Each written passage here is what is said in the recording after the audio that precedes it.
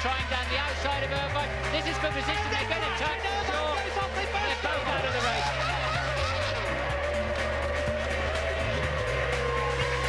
Mika Häkkinen comes through to win in Spain.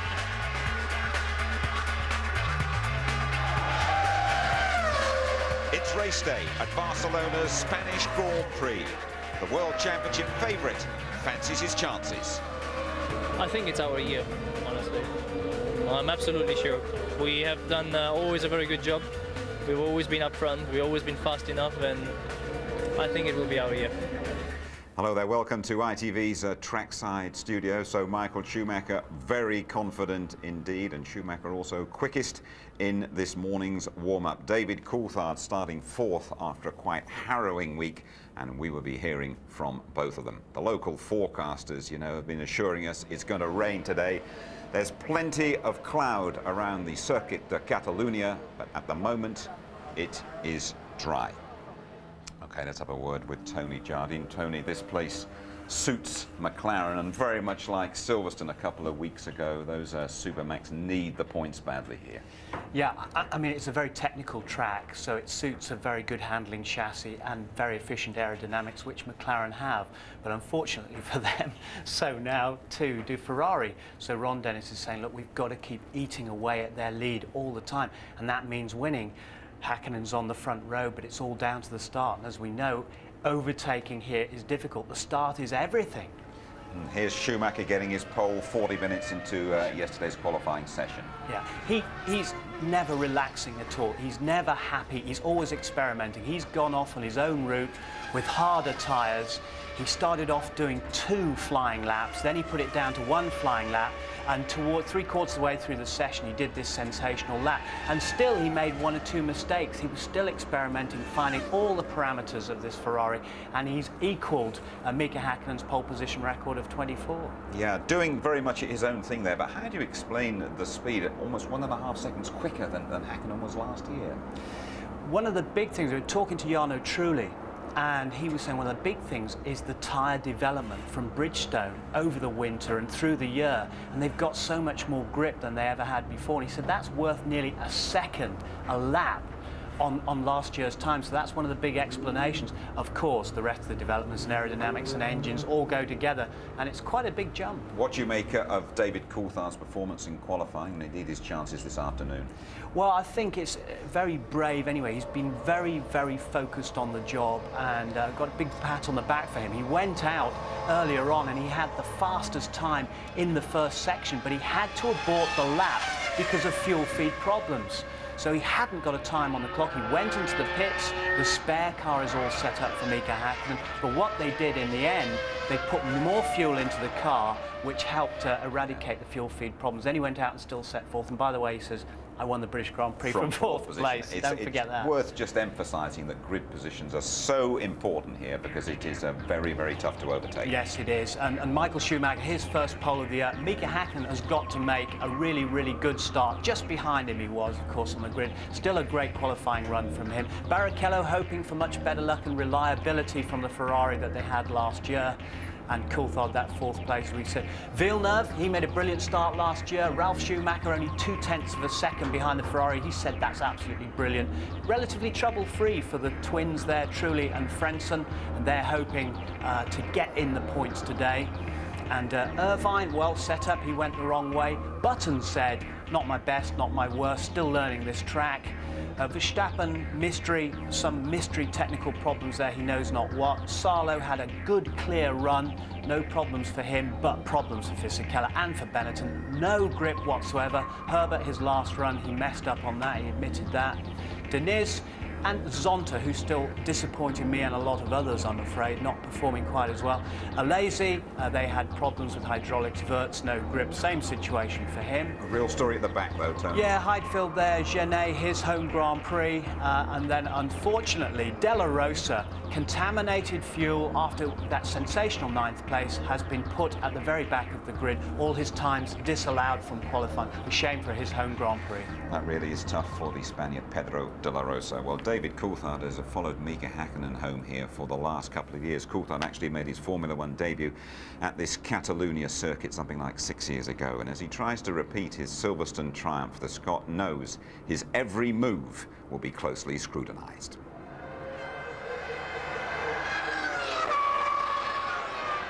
Coulthard wins the British Grand Prix by just 1.4 seconds from Mika Häkkinen. The Scot provides us with a home winner. He relishes his appearance on top of the podium. Fiancée Heidi positively glows with pride. Then, last Tuesday, their private jet crash lands at Lyon en route to Coulthard's Monaco base. They survive along with his personal trainer. Both British pilots are killed. In Barcelona, McLaren decide a statement is the best method of feeding the media frenzy. On impact, the plane's wing tanks ruptured and there was a fire on the right-hand side of the aircraft. When the plane finally came to a rest, the front of the cockpit had broken free from the main fuselage. At this point, we established the only way out was through the front, and Andy led the way through the debris. And as this part was 3 or 4 feet off the ground, I followed to enable Heidi to be able to get down from the aircraft. Once we were all clear of the plane, I returned to the plane to see if there was anything I could do for the pilots, but there was nothing I could do to help. Controlling your emotions and coping with tragedy is an essential part of a Grand Prix driver's existence. But this horrendous experience has affected Coulthard's outlook on life. Oh, absolutely. You know, you can't have a situation like that which brings you so close to the realities of how fragile we are on this earth, and not have, you know, a change in some way. You know, I also felt very close to Heidi beforehand, but I have an increased sense of how lucky I am in my life and what I have. You know, I don't live in the real world being a Grand Prix driver. You know how lucky we are that we get to compete, to drive our cars, and get paid for it. You know, our hobbies, our passion, and it's made me realise just really the importance of family and friends, and you know, really to, you know, I felt I was pretty focused before, but I feel a renewed focus and a renewed determination to get as much out of every day as possible. Drawing a line under that then, and looking to the Spanish Grand Prix, how have you physically been in the car? Have you had any problems? No, not really. You know, I've got a few little bruises, but that is not at all going to affect the way I can drive the car.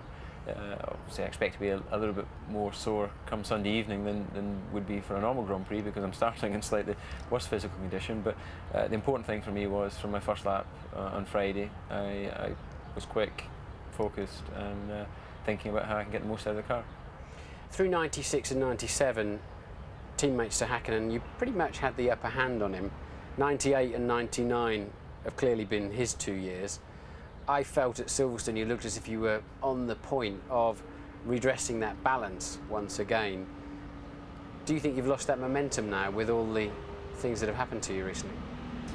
Well, clearly the preparation for this race hasn't been at all good, but I think that getting to the track, getting back into a normal routine helps renew the focus. And you know, I think, as I mentioned at the time, I was actually surprised how easy that race was to win. And I know people can say there's all sorts of circumstances that led to me leading the race and winning the race, but the fact is I was there standing on top of the podium in front of the two, you know, double-time world champions. And I know that what I need to do and continue to do is be in front of Mika and Michael when I get to the first corner. Now, qualifying hasn't been my greatest strength in the past, but I believe I've been getting closer and closer. I've been improving as a driver, and still feel that I've got more to go. I'm hoping and believe that they've been closer to the limit in terms of their experience and their age and what have you within the sport. And I know that if I can get in front of them, then I have them beat. There was no attack from either of them once I have track position. So given all that then, what result would you be happy with to go away from Barcelona? Well, winning is what's going to make me happy. Anything else is going to be a disappointment. But obviously you have to get through the race weekend, and you know, sometimes, like in Brazil, finishing second was a good result given the problems I had. If I have a car which works well and I drive to the best of my abilities, then winning is the only option. And closing in on Michael Schumacher in the points table. Yep, absolutely. Michael's got a bit of an advantage there, but as we've seen in the past, that can be overturned very quickly. and you know, I'm taking every race that comes and trying to give it 100%. Well, David Coulthard's in for a painful 1.5 hours or so, carrying those bumps and bruises. He knows this circuit is one of the most physical tracks of the year. 4 big right-hand corners putting huge stress on all the drivers. Let's go on a flying lap then with Barcelona boy Pedro de la Rosa. It's Martin Brundle to talk you round. On board with Pedro de la Rosa in the arrows now. The exit speed from the last corner into the pit straight is absolutely crucial as you head down the long, undulating run towards turn 1. A lot of wing carried here, so only 195 miles an hour before braking. Very, very late. Tremendous grip. Just 75 miles an hour in second gear now. De La Rosa playing with the throttle into turn 3, and you can't go flat out until you're absolutely sure you've got enough space on the exit without running onto the grass. A short squirt up to 180 miles an hour before turn 4. Bring it in early. There's a lot of ripples here. The car starts to walk to the outside. A little surprise dash as you get there, and switch immediately to the other side for turn 5. Just 55 miles an hour, and again he'll struggle to get the power down on the way out. This is called turn 6, but it's absolutely easy as you feed the car at 160 miles an hour into the foot of 7. Turn in early, cheat a little bit on the exit, get the car as straight as you can. Head up the hill, 155 miles an hour for the blind number 9 corner Campsa. Watch the exit, nasty bumps, diagonal straight towards La Caxa, 10.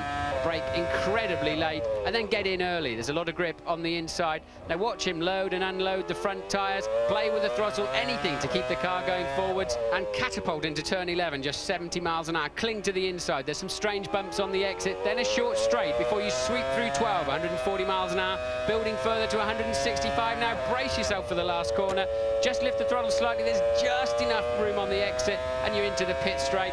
This was top 10 for De La Rosa, but turned out to be a lot of hard work for nothing later on.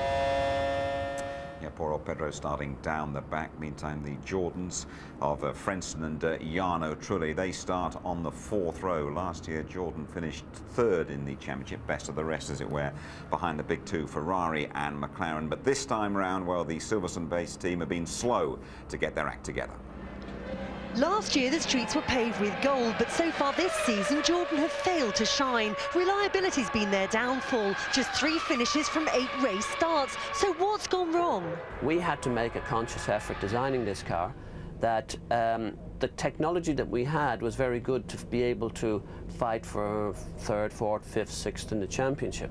But if we were ever going to catch the likes of McLaren and Ferrari, we had to make a different structure, and that structure was based on a much lighter car, much more scientific, much more aerodynamic, and much more braver, if you like, in terms of pushing the boundaries of technologies right to the limit.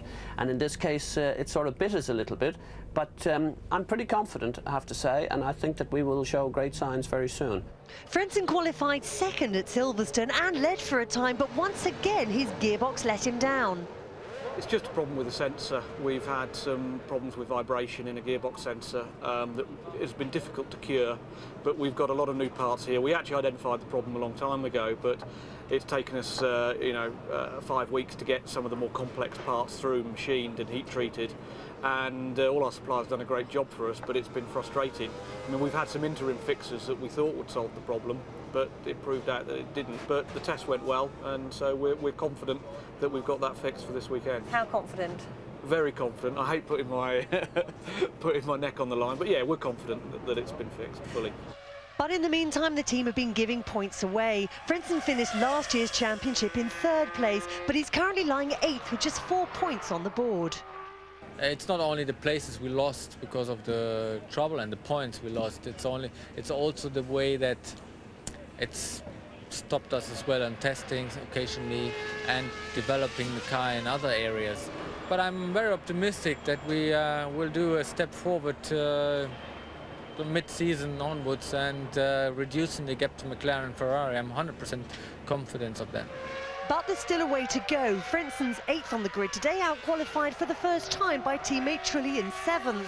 And with Williams showing ever more promise, that step forward can't come a moment too soon.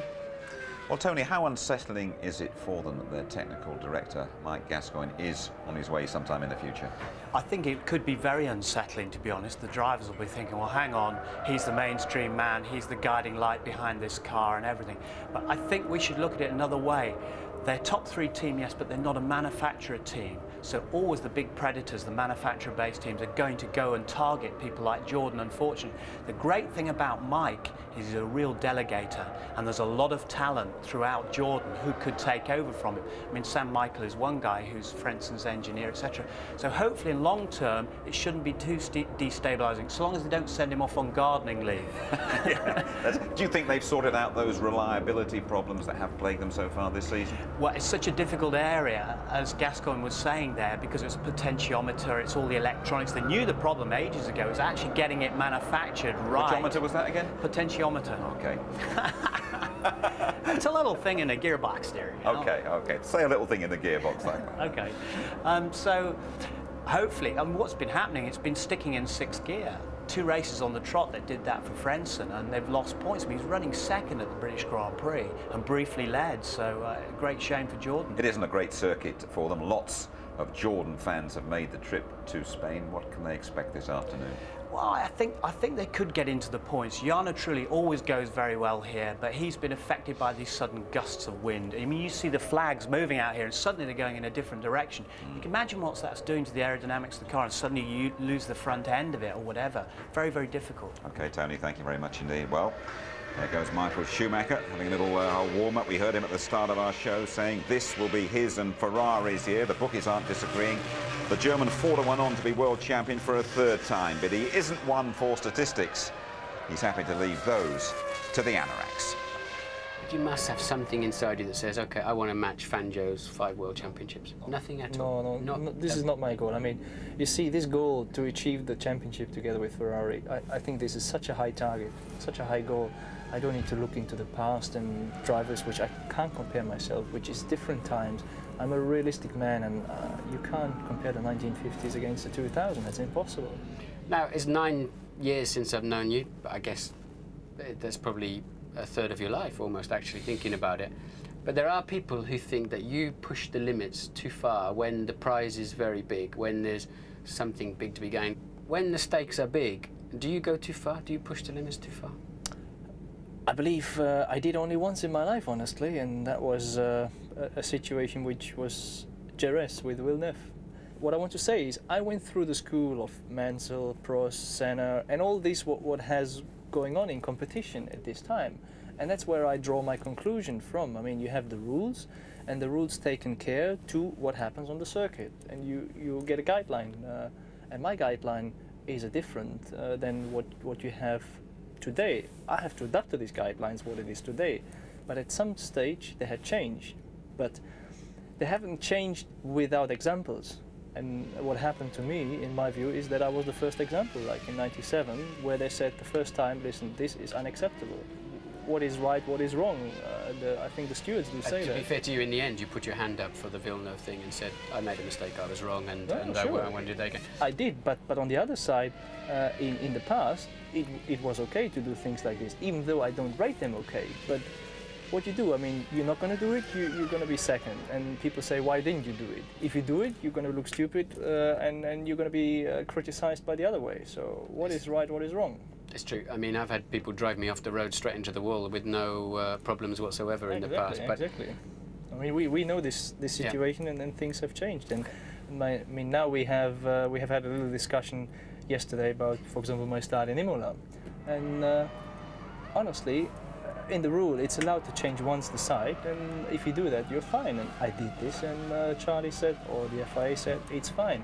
But some people don't accept this, or some people think it is not right. You can argue whether it's right or it's wrong, but the rules do allow this, and I would lose a position if I don't do it. So what I have to do, I have to do it. Okay, that was actually my next question. I mean, are you comfortable with? You're big on safety in Formula 1. We worked together on the GPDA after the death of Senna. You're still pushing like crazy on it. Oh, yeah. Are you comfortable with your start in Imola? Are you comfortable that was acceptable? No, actually very much. I mean, if I would have put anyone into, I mean, being next to each other and put somebody on the grass or put somebody really in a difficult situation, I would agree with you, but I didn't. All the guy behind me had to do was to back off a bit. And I mean, in a normal overtaking situation, you go down the straight with me and Hill, for example, some years ago down in Canada. I had to back off a big time at 300 kilometers per hour. This was 100 kilometers per hour. you can argue, is this right or not right, but then the rules have to be strict and say you cannot do it. But if you allow the drivers to do this, then some will do it and some will go to the limit. And I'm known to go for the limit, but I believe I'm not known to go really over the limit if I know what is the limit. Okay, thanks for talking to us, Michael. Interesting as ever. Pleasure. Tony, do you see something of a conflict there between his driving style and his concern for driver safety? No, not really, because he does intimidate, he is aggressive, he is adventurous, and those are the sort of moves that Michael Schumacher would make. The bloke is an absolute ace. And of course his competitors are all bound to complain. That was Grand Prix Drivers Association they were talking about, and the drivers were all at the meeting here, and it was Irvine that complained about that very adventurous move. But if you put it another way, Michael is very concerned about safety. He's very concerned at the moment that a car will go into the crowd. And that is that when cars with two hot tyres hit each other, one can be launched in the air, as Paul Martin Brundle's car was ages ago in Australia. He wants some sort of guards on the back. He says the FIA should do something about the spectator safety. We take the risk, but they shouldn't. Thanks, Tony. Well, coming up, we're going to go grid walking with Martin. We're going to examine the drive for peak fitness in Formula One as the countdown continues to the start of the Spanish Grand Prix.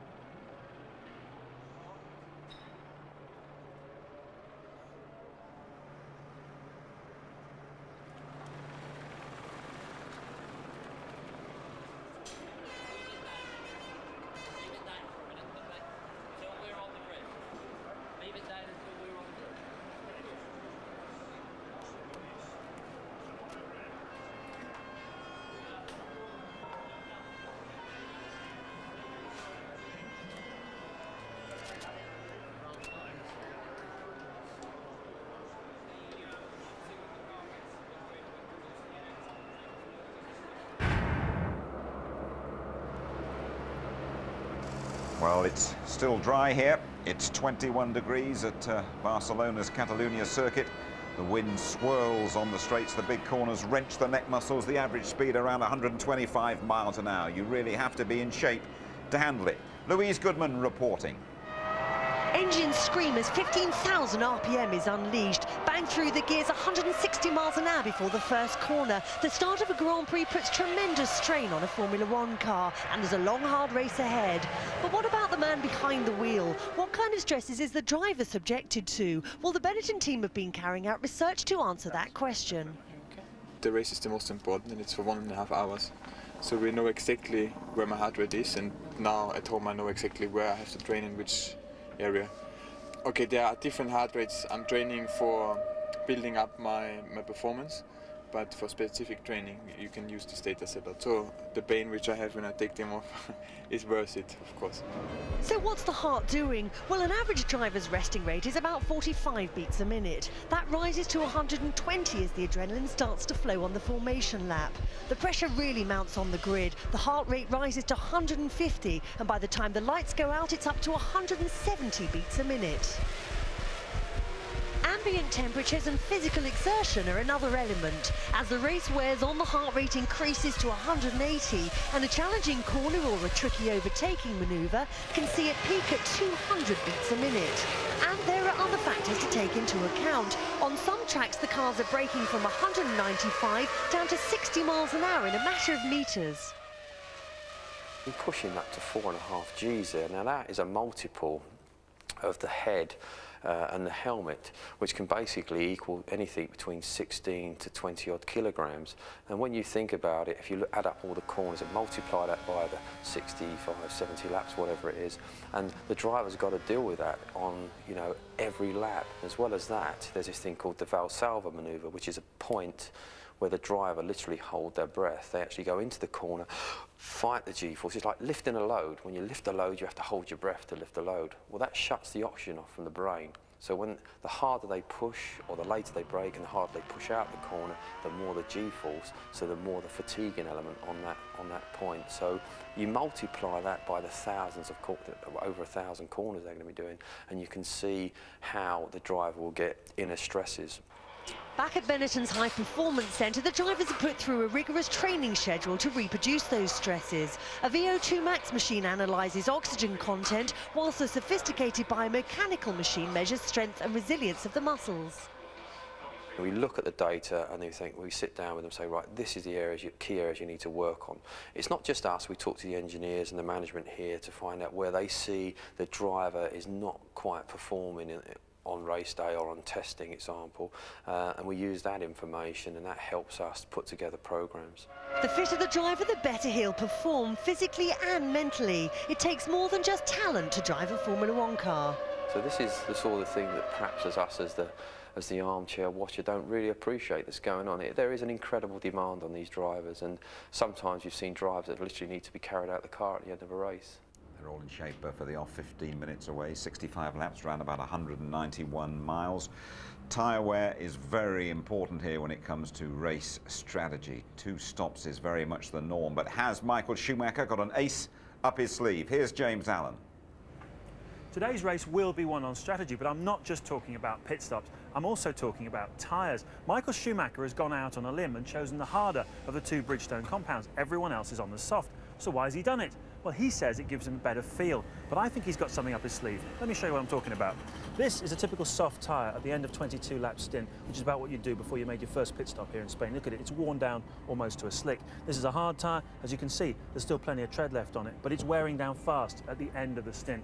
What Schumacher figured out before he came here is that the softer tyre drops off quite quickly at the start of a stint. For about 3 or 4 laps, it's worse than the harder tyre. And that's the moment when he's going to make his break and try and build some sort of unassailable lead. He has actually also got 3 new sets of tyres, whereas McLaren have only got 2. So how are they going to fight back?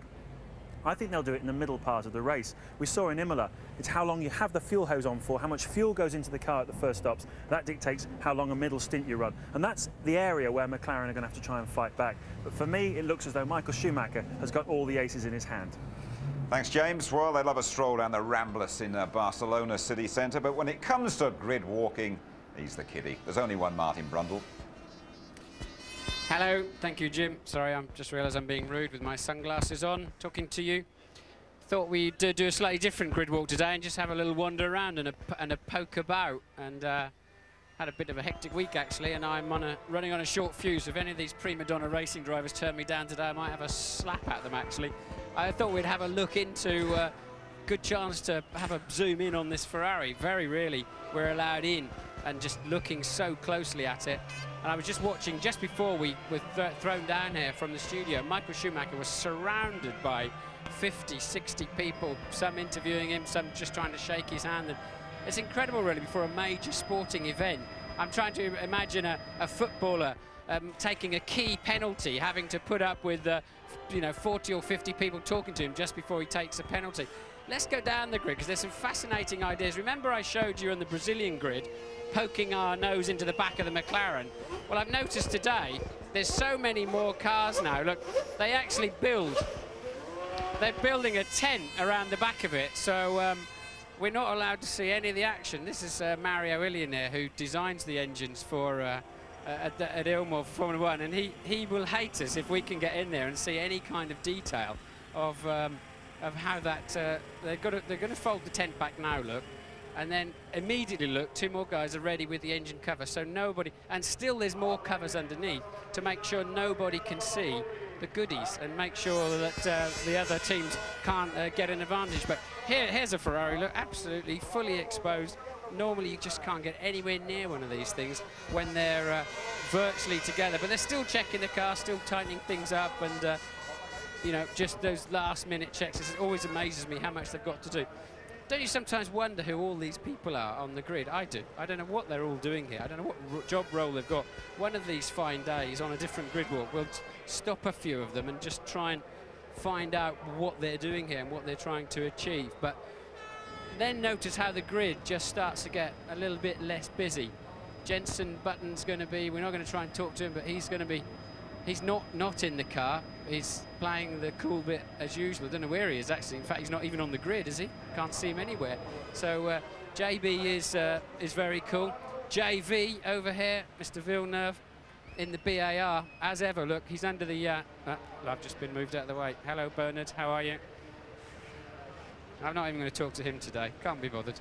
Have a look at this. Look, JV underneath the mandatory umbrella, and it's not even raining. And he's sitting there, he's got his patch on his nose, look, to keep, so he can breathe a little bit better. How you doing, mate? And he's just focused, calm. The last thing he needed was me sticking my thumb up saying, how you doing? He's really trying to focus on what he's going to do. He's quite near the front of the grid. What is he, 6th on the grid, I think.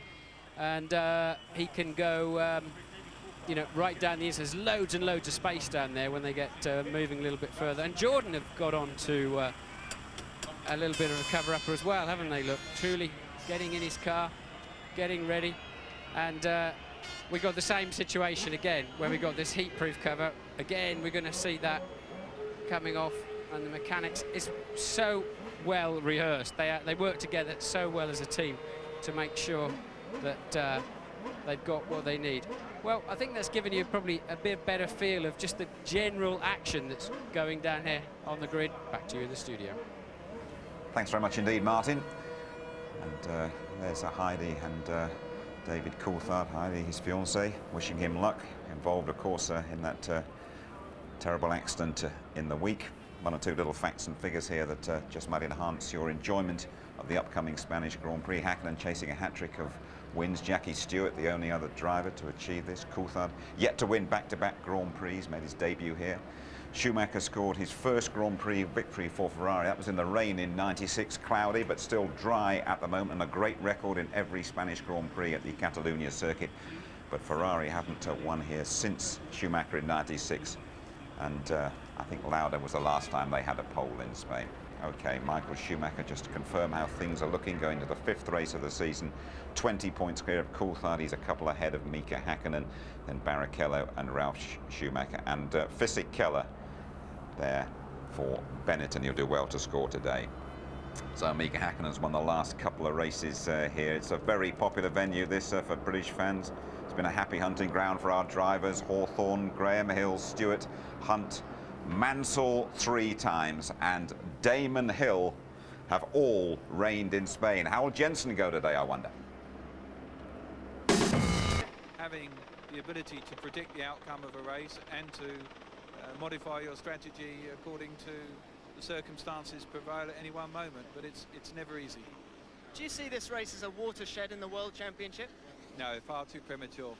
Whatever the outcome, it's going to mean it's either going to make the job a little more difficult for us, or it's going to make it a little easier. But there's a long way to go in the championship before you can sort of start saying a race is a watershed race. And in reality, it's the race that mathematically makes it impossible to win, and that will be a race that perhaps we'll place greater importance on if it's us in that position. Okay, thanks, Ron. Good luck.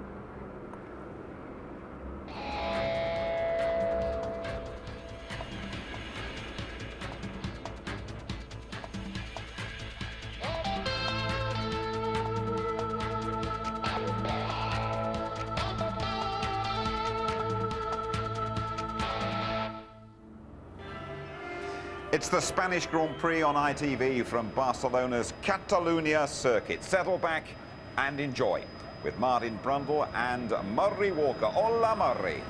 Hola in Spain and hello in Britain to you, Jim, and to everybody else. Because looking down on the grid, there's something you haven't heard already from all the build-up that we've done. And that is that below the start position of 9th, which was to be occupied by the unfortunate Pedro de la Rosa of Spain in his arrows, after a quite magnificent qualifying lap yesterday, there's been a change. Some people have benefited and some have done just the reverse. For instance, Eddie Irvine, who had qualified 10th, is now starting 9th, as a result of which he moves to the left-hand side of the grid, which is the clean side of the grid, or the cleaner side of the grid. On the other hand, the unfortunate Jenson Button, who had qualified 11th, now starts 10th, but he's had to switch over to the dirty side of the track, and so on. Johnny Herbert suffers because he qualified 15th and is now starting 14th on the dirty side of the track.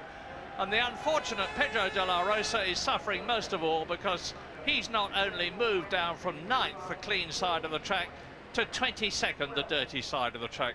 Incidentally, he was 6th fastest this morning in the warm-up, and that is a very considerable achievement. Michael Schumacher was quickest again this morning in the half-hour warm-up. There's David Coulthard, who was 4th fastest. As a matter of fact, in the warm-up this morning, the positions, Schumacher, Häkkinen, Barrichello, Coulthard, were exactly the same as they were in qualifying. But Jenson Button, who, as I said earlier on, qualified 11th, was 5th fastest this morning. The Williams BMW is going extremely well because his teammate Ralf Schumacher qualified 5th on the grid. So the question now is what is going to happen at the start, because as you've heard, passing on this circuit, this 2.9-mile circuit, is a 65-lap race, is very difficult indeed. It is on most tracks. It's particularly difficult here because the performance of the cars is so close, irrespective of which constructor has made them, and they're all top men, of course. But Michael Schumacher is starting in pole position for the first time this year, for the first time since the Japanese Grand Prix last year, which followed his magnificent pole position in Malaysia when he returned last year after breaking his leg in the British Grand Prix. So he's on a real high here. He's matched Mika Häkkinen's 24 pole positions now. Mika Häkkinen is starting behind him. He was 0.3 of a second slower this morning. So Ferrari are certainly looking good because Rubens Barrichello has beaten his man, if you regard his man as David Coulthard. So it's Ferrari, McLaren on the grid, followed by Ralf Schumacher's Williams and Jacques Villeneuve, 6th. Now watch Jacques Villeneuve. He's starting from the right-hand side of the track, the left-hand side as you will be looking at it. He's a super fast starter. He's got an improved Honda engine in the BAR, and he's going to be going for it. Yes, Jacques is pretty handy off the line, and maybe that is something to do with the fact that he's sitting in the car and totally, utterly focused. But he's got a lot of work to do today. I think everybody's got a lot of work to do, Murray.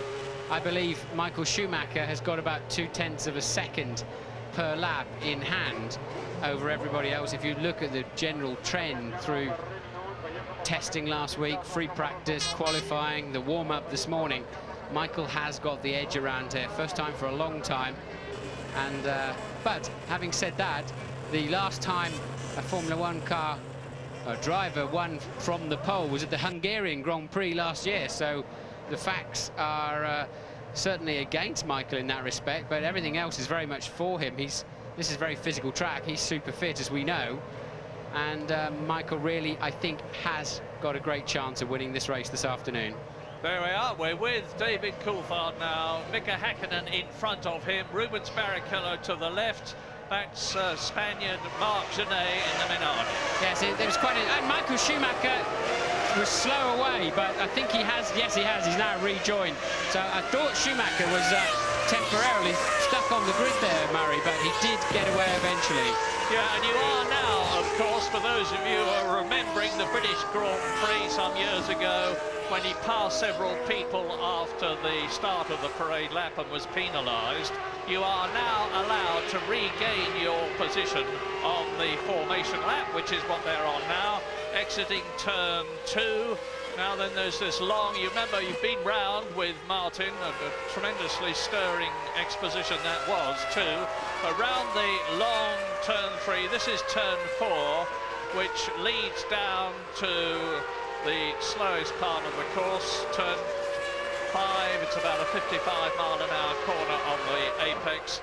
And now they start to climb. There's not a lot of gradient here at Barcelona, but I can tell you that when you try to walk round it, you notice that it's a lot steeper than you would have thought. Yes, there are very few overtaking places because one fast corner tends to lead to another. I have seen a car overtaken into turn 5, for example. Unfortunately, it was me, I think, at the time, on a wet day in a race many years ago. But really, it's virtually impossible anywhere else, except if you get a good tow down the pit straight, you can have a stab. There's very good braking on either side of the track going into the first corner. The problem is staying close to the car in front through those last 2 very high-speed corners, where you see Michael weaving around now, generating some heat in the tyres. I've said before, I think it generates very, very little heat, but there you go.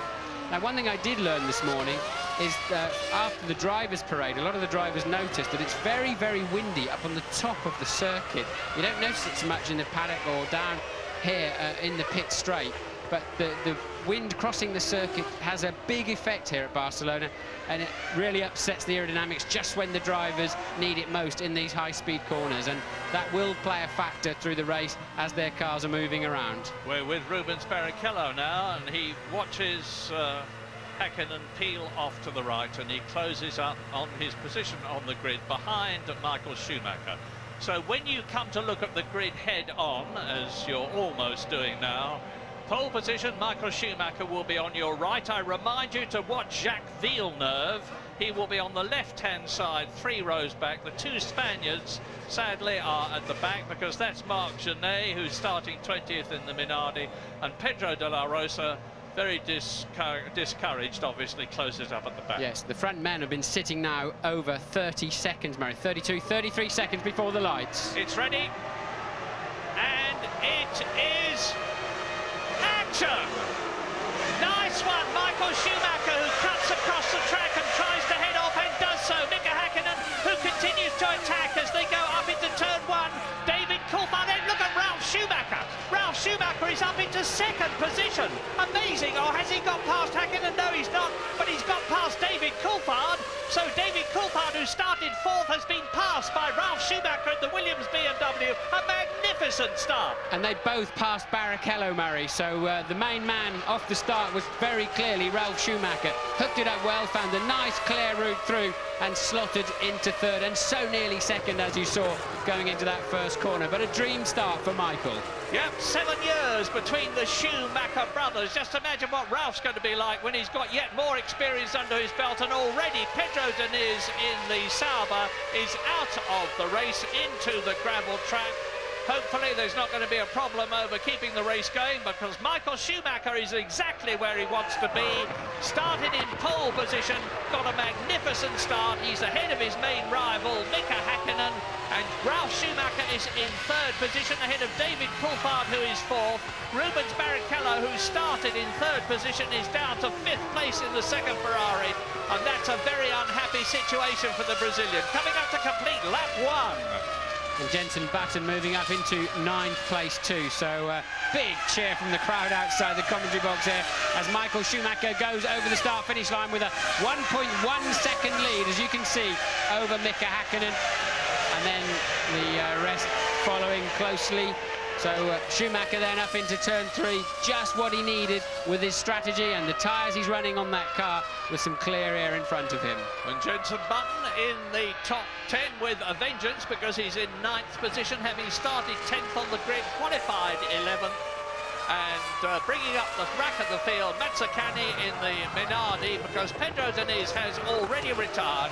22 started, 21 running, lap 2. Michael Schumacher leading at the end of the first lap by 1.1 seconds. And now, as far as Mika Häkkinen is concerned, he is at a major disadvantage.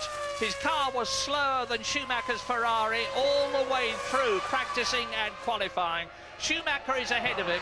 That will help Ross Brawn in the Ferrari pit lane, the man who defines the strategy. There's another one out. It is the Prost of Jean Alesi, the great French driver. Oh, and out goes another one. That is the Arrows of De La Rosa. Well, what a dreadful Spanish Grand Prix it has been for him, because he also went off this morning in the warm-up, and this will be a meeting he will want to forget.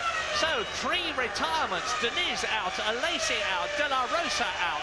Michael Schumacher, fastest of all, of course, and he's increased his lead over Mika Häkkinen to 1.6 seconds as he goes into turn. Here, replay. Yes, here's the start. They're all quite clean away. Jenson Button, I see, moving well through the middle of the pack there. That's how he jumped up to 9th place. Here's another view from the back of the field.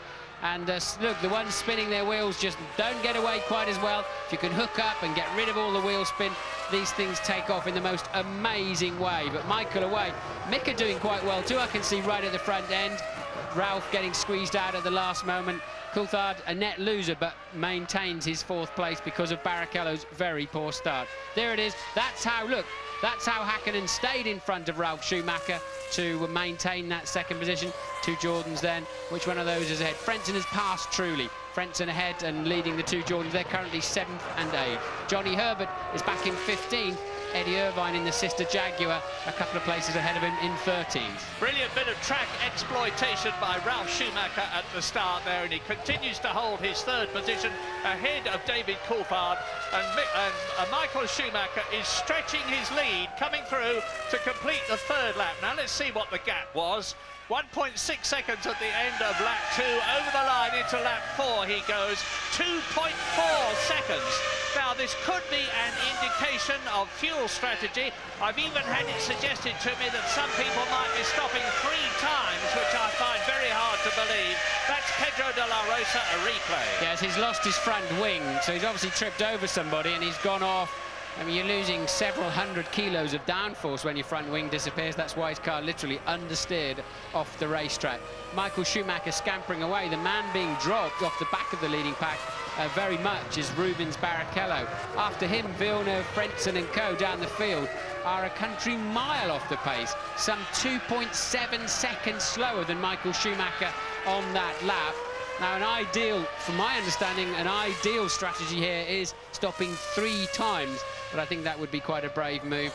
I'm expecting them to stop twice with a longish first stint and a good sprint in the middle, but we'll see how it shapes up as the race unfolds. Well, I've seriously had it suggested that somebody might, or some people might be stopping 3 times. You saw the gallant Louise Goodman ferreting about in the Arrows garage there, probably waiting for De La Rosa to come in and tell us what happened to him. He's not going to be a very happy chap. So I repeat that Alesi, De La Rosa and Deniz are out of the Spanish Grand Prix. We're on lap 4 out of 64 into lap 5 now. Michael Schumacher leads. 2.4 seconds was the gap. 2.7 seconds is the gap. David Coulthard there is edging up on Ralf Schumacher. There's only 0.8 of a second between them. Williams BMW third. McLaren Mercedes in 4th position. Here is a replay, and that's what happened. That's Pedro de la Rosa coming together with Jean Alesi. Yes, so Alesi just simply tipped off into the gravel. That's how De La Rosa lost his front wing, and the very next corner he understeers, drives straight off the road. Well, I never cease to marvel at how well Ralf Schumacher is going. Not just because he's a brilliant driver, a brilliant brother of a brilliant double world champion, twice over, Michael Schumacher, but the way he's staying ahead of David Coulthard. Now, you're getting an indication here of how difficult it is, A, to close up, and B, to do anything about the man in front of you. I'm quite sure that David Coulthard is actually in a faster car, but he gets into the disturbed air behind Ralf Schumacher's Williams, and there's very little he can do about getting past. Ralf Schumacher is on the racing line, and David Coulthard has just got to sit patiently there and wait for him to make a mistake, which he may well not do. And in the Formula 3000 race yesterday, the battle for the lead was finally resolved when, about 30 laps in, the leader did make a mistake, and Junqueira, who won the race, was able to go through. I would imagine Coulthard will be groaning for 2 reasons. Firstly, he really doesn't need Ralf in front of him because the McLaren is a faster car. And secondly, I know he's carrying a bag of ribs that are not really absolutely ready to do one of the toughest physical Grand Prix of the year. So Coulthard, I think, carrying a few problems inside that car and could do with some clear air, but he hasn't got it, so he'll have to make the best of it. We're about 1/11 of the way through the race. Lap 6 out of 65. Michael Schumacher leads Mika Häkkinen by an ever-increasing margin. It's now 3 seconds. Ralf Schumacher is 6 seconds behind his brother in 3rd place. David Coulthard is, there you can see the gap, 4th position.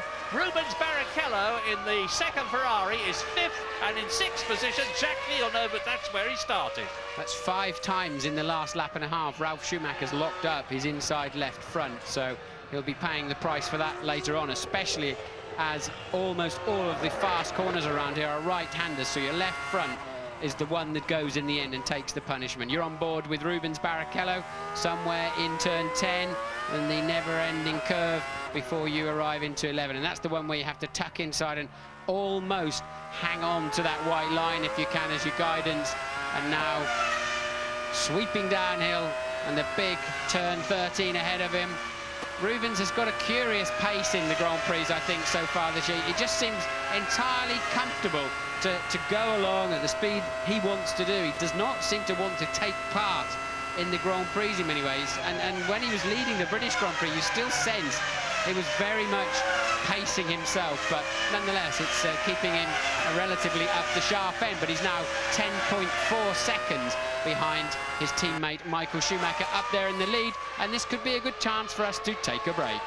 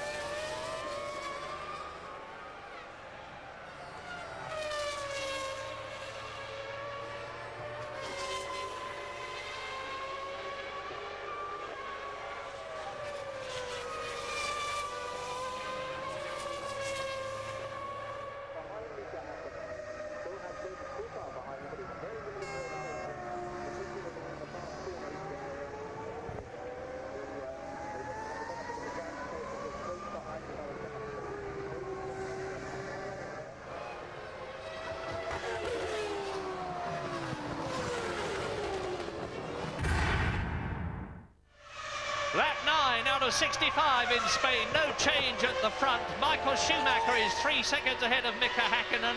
Then 8.7 seconds behind is this battle. Ralf Schumacher in the Williams BMW, David Coulthard in the McLaren Mercedes, fighting for 4th place, ahead of Rubens Barrichello, who is 5th. Jacques Villeneuve is 6th. 7th and 8th for the two Jordans, Frentzen and Trulli. Jenson Button is still in 9th position, right behind Jarno Trulli. Very close battle between Trulli and Button, and Frentzen with them. And in 10th position, Mika Sala. Eddie Irvine in the Jaguar is in 13th place. Johnny Herbert in the second Jaguar is 15th. 19 out of the 22 who started are still running.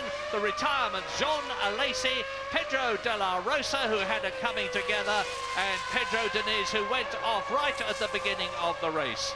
And Ralf Schumacher and his brother are both in the top 3. Michael leading the race for Ferrari, Ralf 3rd for Williams BMW, sandwiching Mika Häkkinen, the world champion. Yes, but the last 2 laps now, Mika Häkkinen has started edging back towards Michael Schumacher. He pegged the gap, now he's just creeping back at him. So let's be interesting. There's a 10th now. Michael's pulled a 10th back out on that lap. So it's pretty much even Stevens between the top 2. And then really 3/4 of a second per lap behind are Ralf Schumacher, Coulthard and Barrichello. And let's just remember the World Championship situation as we watch Rubens Barrichello in that 5th position chasing David Coulthard. Michael Schumacher is 20 points ahead of David Coulthard, the British Grand Prix winner. He's 22 points ahead of Mika Häkkinen, who's won the championship for the last 2 years. And in the Constructors' Championship, Ferrari have got a massive 17-point lead over McLaren, with the Williams team in an excellent 3rd position, which they certainly couldn't have expected with their new BMW engine when this season began. They're ahead of Jordan, who took 3rd place in the Constructors' Championship last year. and is sharing 4th with Benetton at the moment. So, lap 10 out of 65. Weather conditions continue to be excellent. The track temperature is creeping up. It started the race round about 23 degrees. It's gone up about 4 or 5 degrees since then. But I don't think that's going to be a great problem, although this Barcelona circuit is extremely tough on tyres. Bridgestone, who are supplying all the tyres here, brought 2 compounds here, a medium one and a soft one. Michael Schumacher is the odd man out at the present moment. He's on the harder compound. Everybody else in the race, except Jos Verstappen, because Pedro de la Rosa is out of it. The 2 arrows started on the harder compound, so there's just 2 on it at the moment. Michael Schumacher, who is leading the race, and Jos Verstappen, who is in 12th place. There's the battle for 3rd. It continues, and David Coulthard, try as he may, and he will be trying, cannot do anything about Ralf Schumacher in front of him. Ralf, his gap between him and his brother is now 10.3 seconds. It's a 2-car race for the lead. The 2 rivals, Michael Schumacher, twice a world champion, and Mika Häkkinen the same. 3.4 seconds between them, so the gap has extended a bit.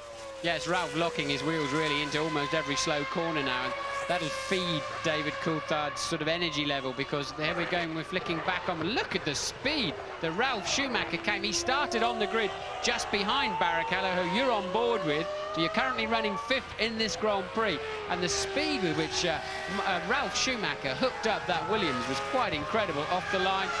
Barrichello thinking better than going round the outside of Coulthard there. And the Ferrari mechanics, they know they've not got much to do to at least lap 20, I would imagine. Well, it depends on what the strategies are. I can't see anybody doing a one-stop strategy, it's conceivable.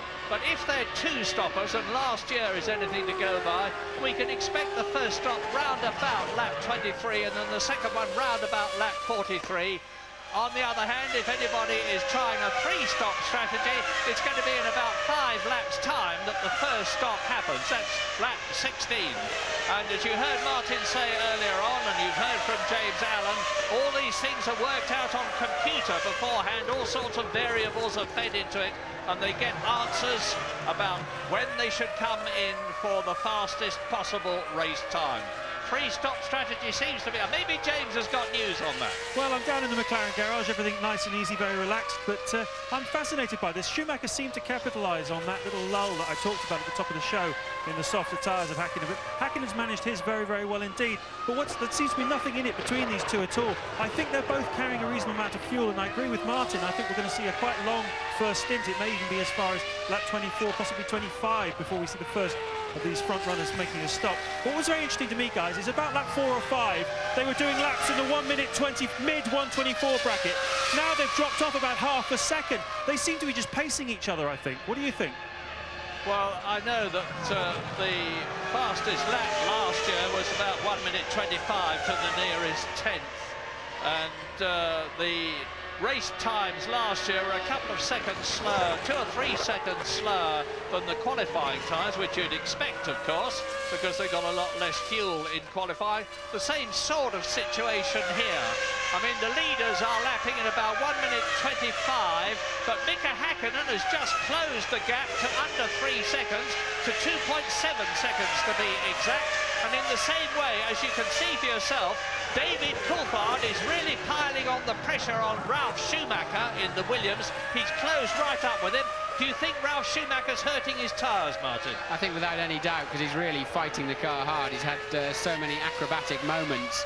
But also Barrichello is catching the pair of them. Louise, what can you tell us? Just a theory on Ralf Schumacher. As you say, you keep seeing him locking up that car. I don't think he's really got it hooked up quite how he'd like it. Now, he is in the race car, but he had a problem with that car in the warm-up this morning, so he didn't get a chance to run on full tanks. He was actually going to use the T-car for the race, but there was a worry over the engine when he went out on the formation lap, so he switched back to the race car. They were actually still adjusting the settings on the grid, so it's obviously not perfect yet. It doesn't seem to be slowing down, but I think it's making his job a lot harder. Well, I'll tell you this, Ralf Schumacher is slowing, as a result of which David is catching him, and as a result of that, Rubens Barrichello is 5th, is closing up on David Coulthard. Not very quickly, but it is happening. There's 15 seconds covering the first 5 at the present moment. We're on lap 14. Hello, here's a replay. Let's see what's happening. It is Ricardo Zonta there, and there is Jos Verstappen. Well, nothing's happening apparently. On they go then, Ralf Schumacher and David Coulthard. Now, track temperature is 30 degrees. It's going up all the time. It's gone up 6 degrees since just before the beginning of the Spanish Grand Prix. We're on lap 14, and the 2 McLarens are in 1st and 4th places. Sorry, 2nd and 4th places. The 2 Ferraris are 1st and 5th. Rubens Barrichello will be a very disappointed man because he had Ralf Schumacher absolutely catapult past him to gain a place and gain 2 places as a result of getting past David Coulthard. And as Martin has pointed out, Rubens either can't or won't do anything about where he is now. He's over 2 seconds behind the battle between Schumacher and Coulthard. Was closing up a bit. It doesn't seem to be happening anymore. Jacques Villeneuve in the BAR Honda is 17 seconds behind Rubens Barrichello, who is in 5th place as the battle for 3rd comes towards us. There you are, you see in the background the Scarlet Ferrari. And we're taking a break now, but we will be back shortly.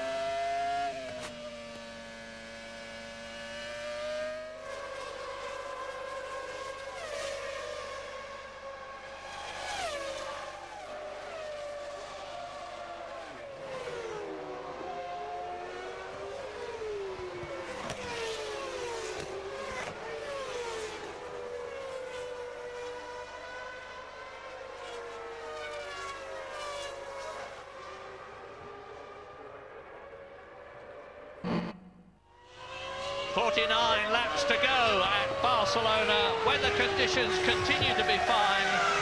It actually started to spit with rain at one point this morning, and we looked up into the sky and it was very overcast, and people were saying, oh, we're going to have a wet one.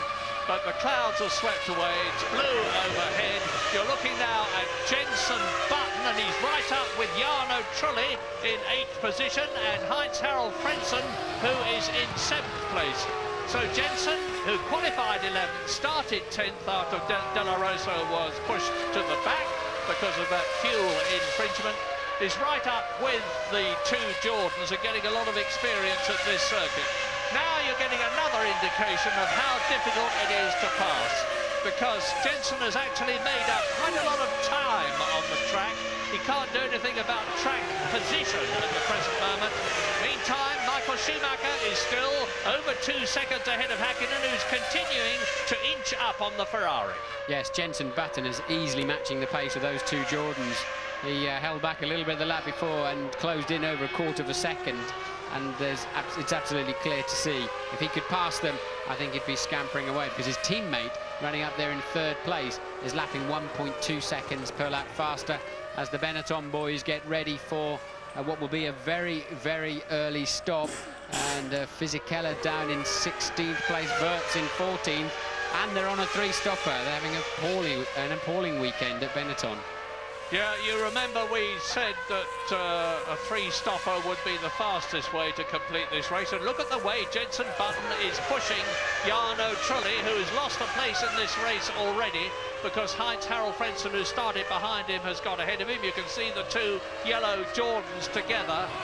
Now, in Formula One this year, the top teams, of course, are Ferrari and McLaren and Jordan. That's the way they finished at the end of 1999. But this year, to everybody's great surprise, Williams are now the 3rd team. They're ahead of Jordan in the Constructors' Championship. And Jordan have had all sorts of problems with primarily the gearbox, which Mike Gascoigne, their technical director, reckons they have solved. Alex Wirtz comes in from 16th position. Now, Marc Genet has already stopped, unseen by us. Heidfeld has already stopped. Let's see how long it takes. Wheels off, wheels on, fuel in. And the Lollipop Man, and behind him is the sole remaining Prost of Nick Heidfeld, the German driver who's come in from 18th position. You can see out of the window, and now you can see them on screen, the Williams mechanics are ready too, so I suspect that could be good news for Coulthard in 4th if Ralph's got to come in. Bad news for Ralph. We'll see which one of them it is coming in. That's a shot of a Spanish-sponsored car going a bit sideways, so not too dramatic, really. There is a Jordan of Frentzen, and is it going slowly? I've got a feeling the Williams is ahead of that Jordan now. So, yeah, I think you're right, actually, but we'll soon see. Meantime, Michael Schumacher is carving his way round through the field. There he is, and Mika Häkkinen is now under 2 seconds behind the Ferrari as a result of a series of laps marginally quicker than the race leader. Button in the pits, it was Villeneuve I saw ahead of the Jordan, so Button in for a pit stop at the end of lap 18. Jenson Button in, you see the Williams mechanics swarming in the centre of your picture there, swarming around the Williams, and the time, 7.7 seconds. So he's come in on lap 18. Well, it's either an early 2-stopper or a slightly later 3-stopper. We'll have to work that one out, but meantime, Mika Häkkinen now has got past the Prost, which of course Michael Schumacher had already passed, and that would have eased out the gap. Now we'll see, it was 1.9 seconds, it's now 1.7 seconds. There is Schumacher, here is Häkkinen. Now we wait for Ralf Schumacher and David Coulthard with only 0.7 of a second between them, ahead of Rubens Barrichello 5th, and he's closing up on the Williams BMW and on the McLaren Mercedes. Jacques Villeneuve is still 6th. Yes, I saw the Williams mechanics stay out in the pit lane. I half expected Ralph to come in, but the chief mechanic just waved them back in, so they've all gone back into the garage again. So Williams obviously changing their tactics at the last moment and letting Ralph run a little bit further. Now, of course, Michael Schumacher in the lead, even if Mika Häkkinen closes up on him. He's going to be a mighty, mighty difficult man to pass. This is Michael Schumacher's 131st Grand Prix. It's Mika Häkkinen's 133rd. Into the pits comes Johnny Herbert from 14th position in the Jaguar, 2 places behind his teammate Eddie Irvine. Little sip of milk for the Pussycat, the new set of tyres. Johnny Herbert really, again, not having a sparkling weekend. They had a job getting the fuel filler out, you saw there. Johnny away in a cloud of smoke. You know now that his pit limiter is on. His red rain light is flashing away at the rear, so that everybody knows when the drivers are using their pit speed limiter, so they don't use them on the track as traction control. And Johnny feeds back in and is about to be lapped. And is lapped, but gets out to the track ahead of the McLaren of Mika Häkkinen. So is Johnny Herbert going to be passed by Mika Häkkinen cleanly and quickly. Will he move over and let Häkkinen through? In which case, it won't delay the Finn. If he does, Mika Häkkinen is going to have a greater gap between him and Michael Schumacher. They're on lap 21, so we're just about at 1/3 distance at the present moment. Nobody in the top 10 has yet stopped for fuel and tyres. The highest man to have stopped is Johnny Herbert, who we've just seen in 13th position come in. He's lost that place, of course. Jenson Button has been in and is now in 14th place. And Michael Schumacher has increased the gap between himself and Mika Häkkinen, and it will be increasing yet further because he's ahead of Herbert, dives into the dust cloud. Somebody's gone off. Let's... I think somebody's just put a wheel off the circuit into the dusty bit between the track and the grass. It's very hot and dry here. Well, Mika Häkkinen, although he's got to clear Johnny Herbert yet, who's now on fresh tyres, of course, and Mika Häkkinen has made a better job of getting through that traffic. The gap now down to just 2.1 seconds between first and second place. Johnny looking in his mirrors. He knows Mika's there because, yes, Johnny gently lifting the throttle. That's the best way to let somebody through without losing too much time yourself. So very correct there from Johnny Herbert. The waved blue flags were there for him anyway. You're allowed to pass 5 of those. If you don't yield in that time, you're given a stop and go penalty. Johnny all too aware of that, but Mika now leapfrogs him, and the gap remains at 2.1 seconds. Well, 2.0 seconds now, look, sorry, at the first sector time in the lap. There are very few more experienced people. A bit of puff of smoke from the back of Schumacher's Ferrari there. Very few more experienced drivers than Johnny Herbert. He's driven for Tyrrell and Benetton and Lotus and Ligier and Stewart, of course, last year, and now Jaguar. That's Villeneuve pitting. Villeneuve down the pit lane. I'm expecting also Eddie Irvine in on this lap to see the Jaguar mechanics in the pit lane. No Ferrari or McLaren boys available or in the pit lane or even looking like they're about to walk out. So it seems like both the Ferrari and the McLarens have got enough fuel on board to go deep into the 20-odd laps. 43 laps to go. We're about 1/3 distance. Of course, the last thing that Mika Häkkinen needs is for Michael Schumacher yet again to finish in front of him. Mika Häkkinen has yet to beat Michael Schumacher this year because Schumacher won the first 3 races. I'm sorry, I tell a lie, because he finished ahead of him at Silverstone, of course. Just before we go to James Allen down in the pits, then Michael Schumacher got badly held up there behind there it is, the Jaguar of Eddie Irvine, and the gap now you can see for yourself. Just look how close Mika Häkkinen is to the back of that Ferrari. Well, now, is Eddie Irvine, ex-Ferrari, going to move over and let his previous team leader through? James Allen, have you got news? Well, there's unhappiness on the Ferrari pit wall. They were ready for a Michael Schumacher stop. They disconnected his tyres. In fact, he is going to come in. They're running out onto the pit apron now. Schumacher, obviously, he's lost a tremendous amount of time. And Ross Brawn, obviously agitated about how much he's lost because he could well lose the lead of this race to Mika Häkkinen when he makes this stop on the next lap.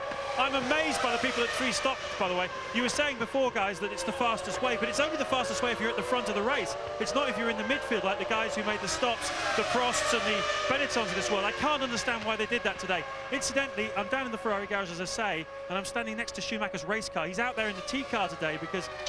James, I must interrupt you because Jarno Trulli is sitting in a stationary Jordan.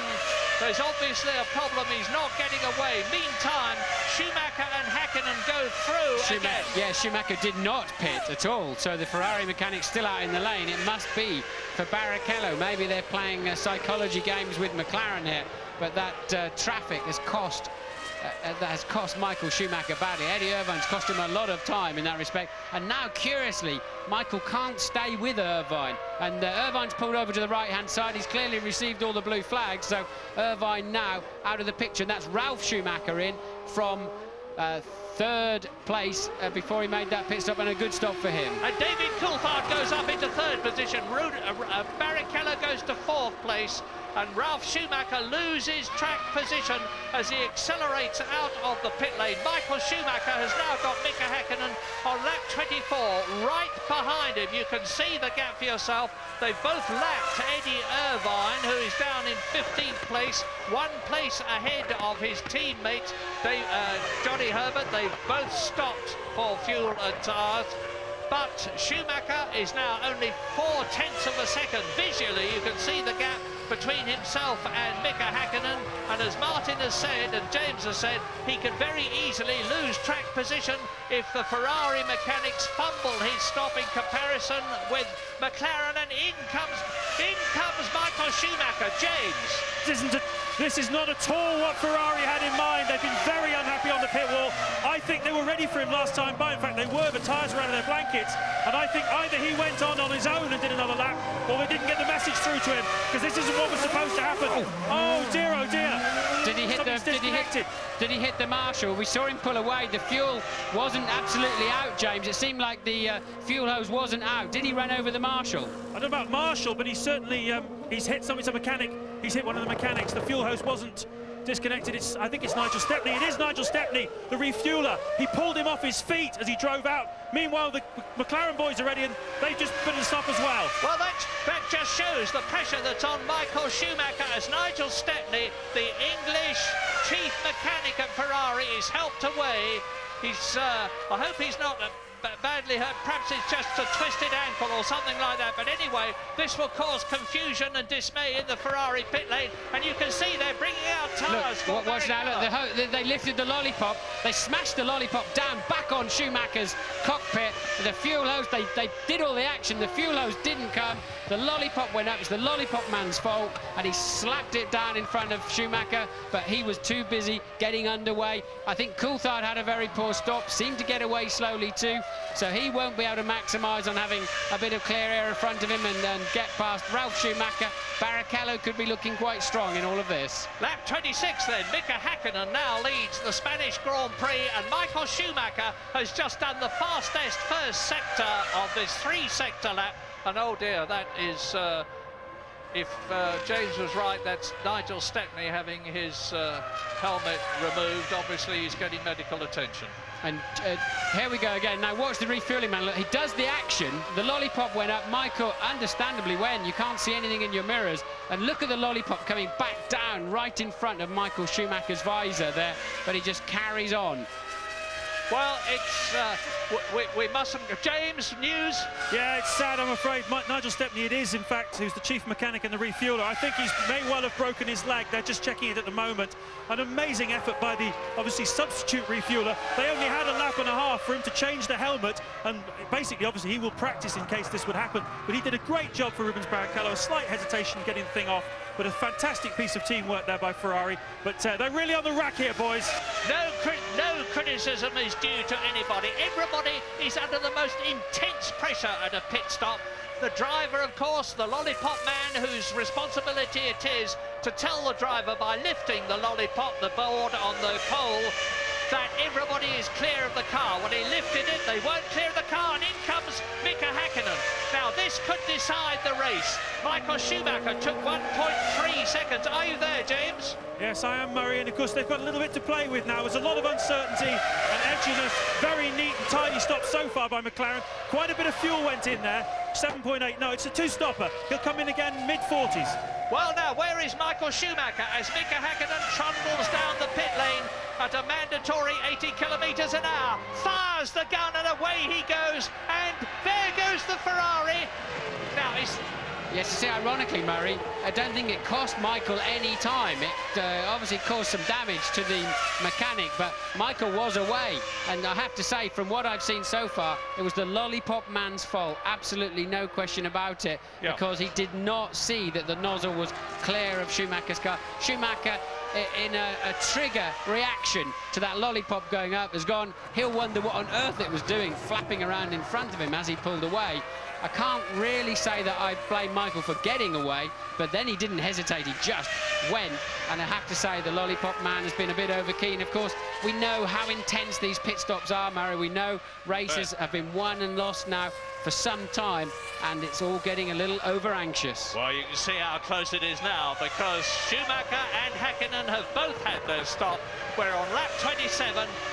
Häkkinen is being held up momentarily by the Minardi, who moves over and lets him through, and there's a changed steering wheel for Jos Verstappen in the arrows, because all the electrical contacts which govern the hydraulics and so many other things are on that steering wheel, and Louise Goodman is with Jacques Villeneuve. Yeah, that's right. Whilst it's all been happening in the pit lane, Jacques has gone out of the race. Jacques, what was the problem?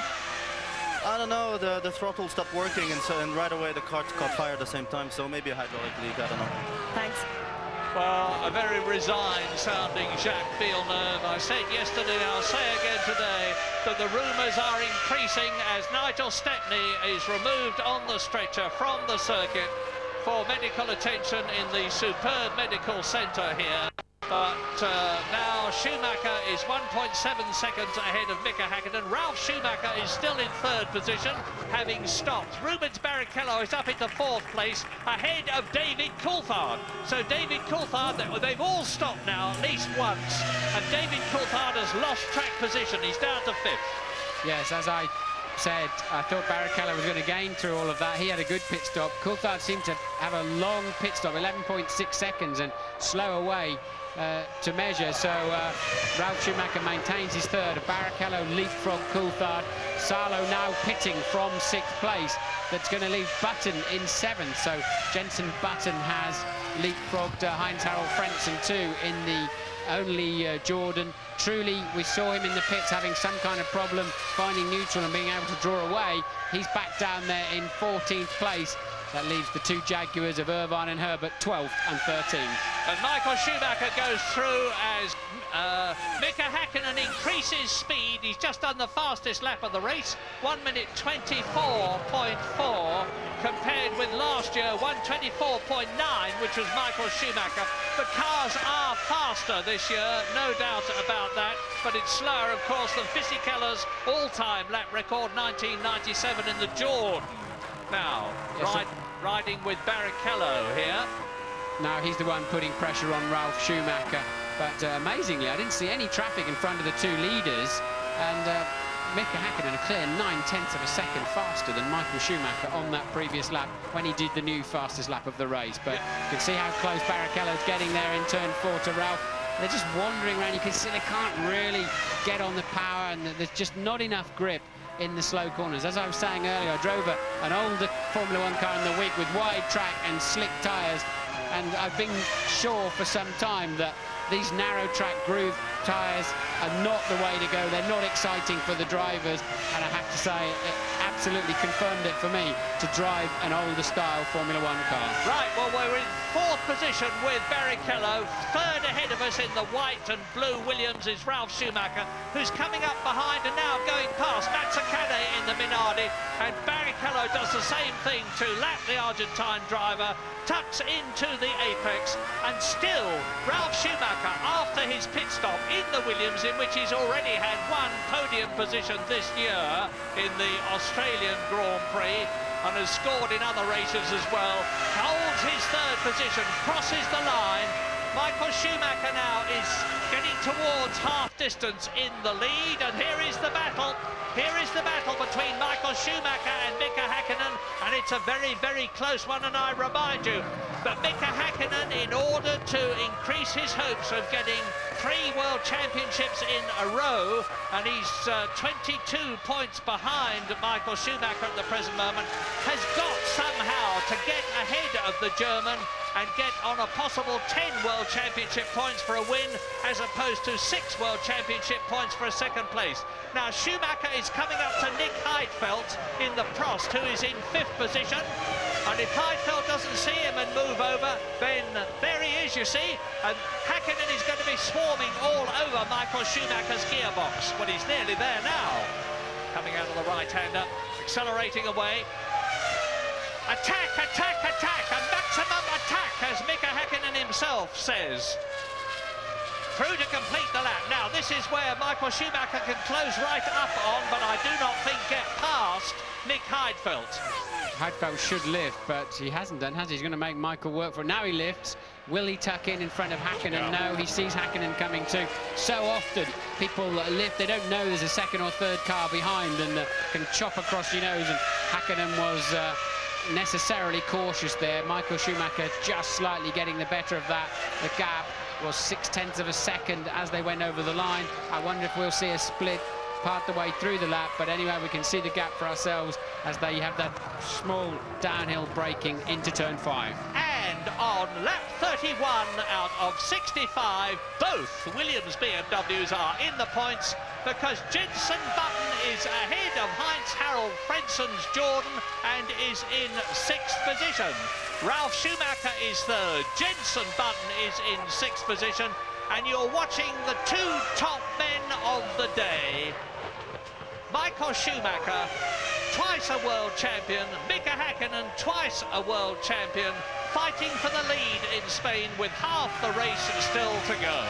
In 3rd position, Ralf Schumacher ahead of Rubens Barrichello, who seemingly can do nothing about the Williams BMW ahead of him, notwithstanding the fact that he's in a works Ferrari. 5th position is David Coulthard, who's tucked up right behind Barrichello's rear wing. In 6th position is Jenson Button, 5 seconds ahead of Frentzen, who is 6 seconds ahead of Salo in 8th position. 9th is Zonta, 10th is Wurz. Well, the lap times are all over the place, Murray. We saw Hakkinen do a 24.4 in some clear air, clearly with a fresh set of boots on just after his pit stop, but now they're in the late 25s again. As James pointed out earlier in the race, the pace is slightly curious. Maybe a good time to take a break. Be back shortly.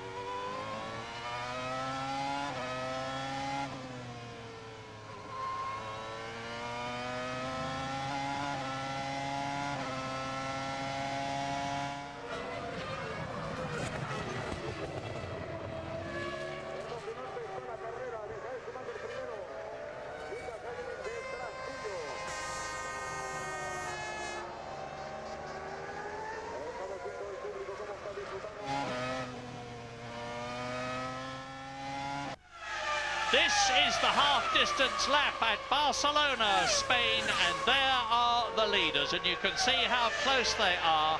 Michael Schumacher leading Mika Hakkinen. They are 17 seconds ahead of Ralf Schumacher, who is continuing to stave off Rubens Barrichello's Ferrari in 4th position.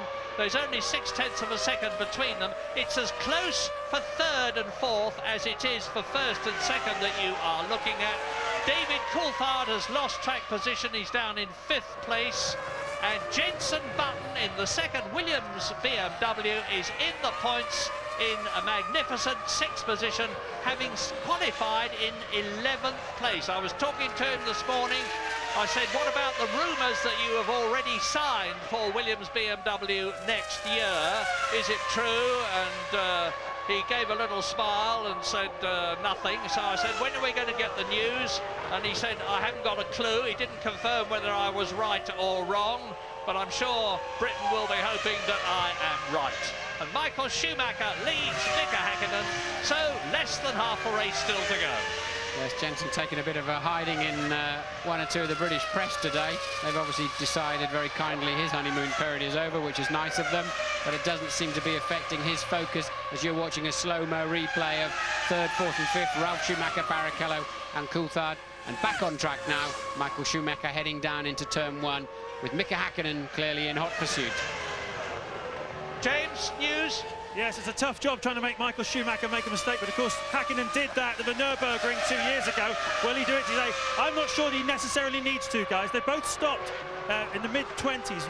Schumacher stopped lap 24, Häkkinen lap 26. They took on more or less exactly the same amount of fuel, which is good enough for 17 laps. But means I reckon that Schumacher's going to come in again on lap 41 with Häkkinen 43. That gives him 2 laps to win this motor race because he'll put the hammer down and try and build up enough of an advantage on that second stop to get out in front. It's going to be absolutely fantastic. And between now and lap 41, there are 7 laps of this nose-to-tail battle between the McLaren of Mika Häkkinen, the Ferrari of Michael Schumacher. And what Häkkinen will not know, and maybe even Michael Schumacher actually, is that Michael's got effectively a different crew to normal to refuel that car when it comes in. They're going to be slightly tentative as Michael hurtles towards them. They're the first pit as well. You can see your own car coming in, 160, 170 miles an hour, as he slams the brakes on to get down to 80 k's, 50 miles an hour before he approaches the pit garage, and they are very much the first people in the pit lane. And they'll be very, very nervous when Michael comes in for this stop. Well, we know that Michael Schumacher was conserving tyres during the practice and qualifying periods. We know that he's on the medium compound Bridgestone, whereas Mika Häkkinen is on the softer one. We know that tyres degrade very rapidly here at Barcelona, although they weren't so bad in the warm-up this morning. Any theories on that? I think it's nip and tuck between all of these tyres, and has been for some races now. I think they're choosing the tyres based on balance of getting the sliding of the front and the rear of the car more balanced up, more equal, if you like. And I think that's the decision the data they're basing their decision on, and I don't think it will affect them too much as the Grand Prix unfolds. Well, just look at this. This is the battle for third, fourth, fifth. And it's the Williams BMW, the Ferrari and the McLaren Mercedes. We ride with Rubens Barrichello, fourth position, chasing Ralf Schumacher. The magnificent Ralf Schumacher, who again, as he did on his first set of tyres, locks up the left front. It doesn't seem to be slowing him or distressing him at all. He's staying ahead. I said yesterday that it's worth repeating that this is a first-generation BMW engine on their return to Formula One. And I was talking to Dr. Mario Tyson, who is the technical chief at Munich yesterday, and he was telling me that they've got a second generation, a smaller, lighter engine, like the Mercedes, like the Honda, like the Ferrari, in the pipeline. I doubt that it'll be out this year, but they're doing jolly well on the existing one, because look at Ralf Schumacher, if anything, increasing the gap over himself and Rubens Barrichello. Well, good news from down in the pit lane. Nigel Stepney has nothing broken. That's the Ferrari chief mechanic, who was pretty much walloped as Michael Schumacher came out of the pits. We saw him being carted off to hospital. He has nothing broken. I know that Nigel is a fanatical fitness man.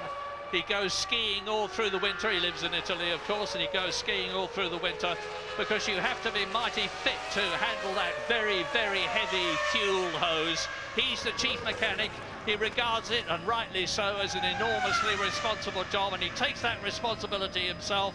And in order to handle it, he keeps as fit as he possibly can. And you can see now the Ferrari closing up on Jarno Trulli, who is in 14th position as Schumacher Barrichello, David Coulthard, 5th position, Williams, Ferrari, McLaren battle for 3rd place, and Mika Häkkinen continues to circulate behind Michael Schumacher, 7/10 of a second behind him at the present moment on lap 37 out of 65. Fastest lap so far, Mika Häkkinen, 1:24.47, which is faster than Michael Schumacher's fastest lap last year, but slower, of course, than Fisichella's 97-lap record. Well, this little batch of 3 in 3rd, 4th and 5th place are actually catching the leaders who you're looking at now. Michael only by a 10th or 2 per lap, but another strange take on the pace of this race as Michael Schumacher homes into a lap of what must be Jarno Trulli, who pulled nicely out of the way, and Mika closer than ever. Look.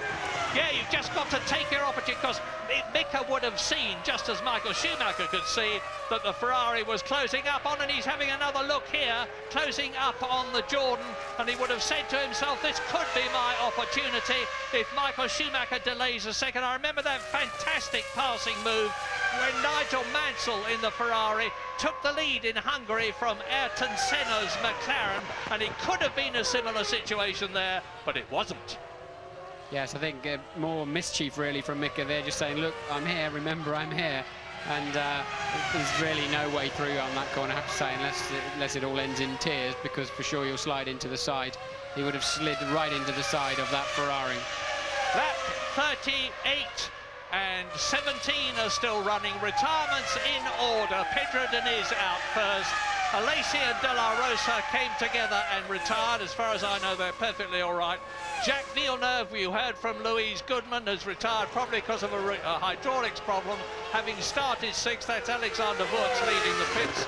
Jos Verstappen is out of the race, so both the Arrows that were actually the fastest cars on the track yesterday in terms of all-out speed, De La Rosa the fastest and Verstappen the second, are both sadly out of the Spanish Grand Prix. 17th last and lapped Marc Genet.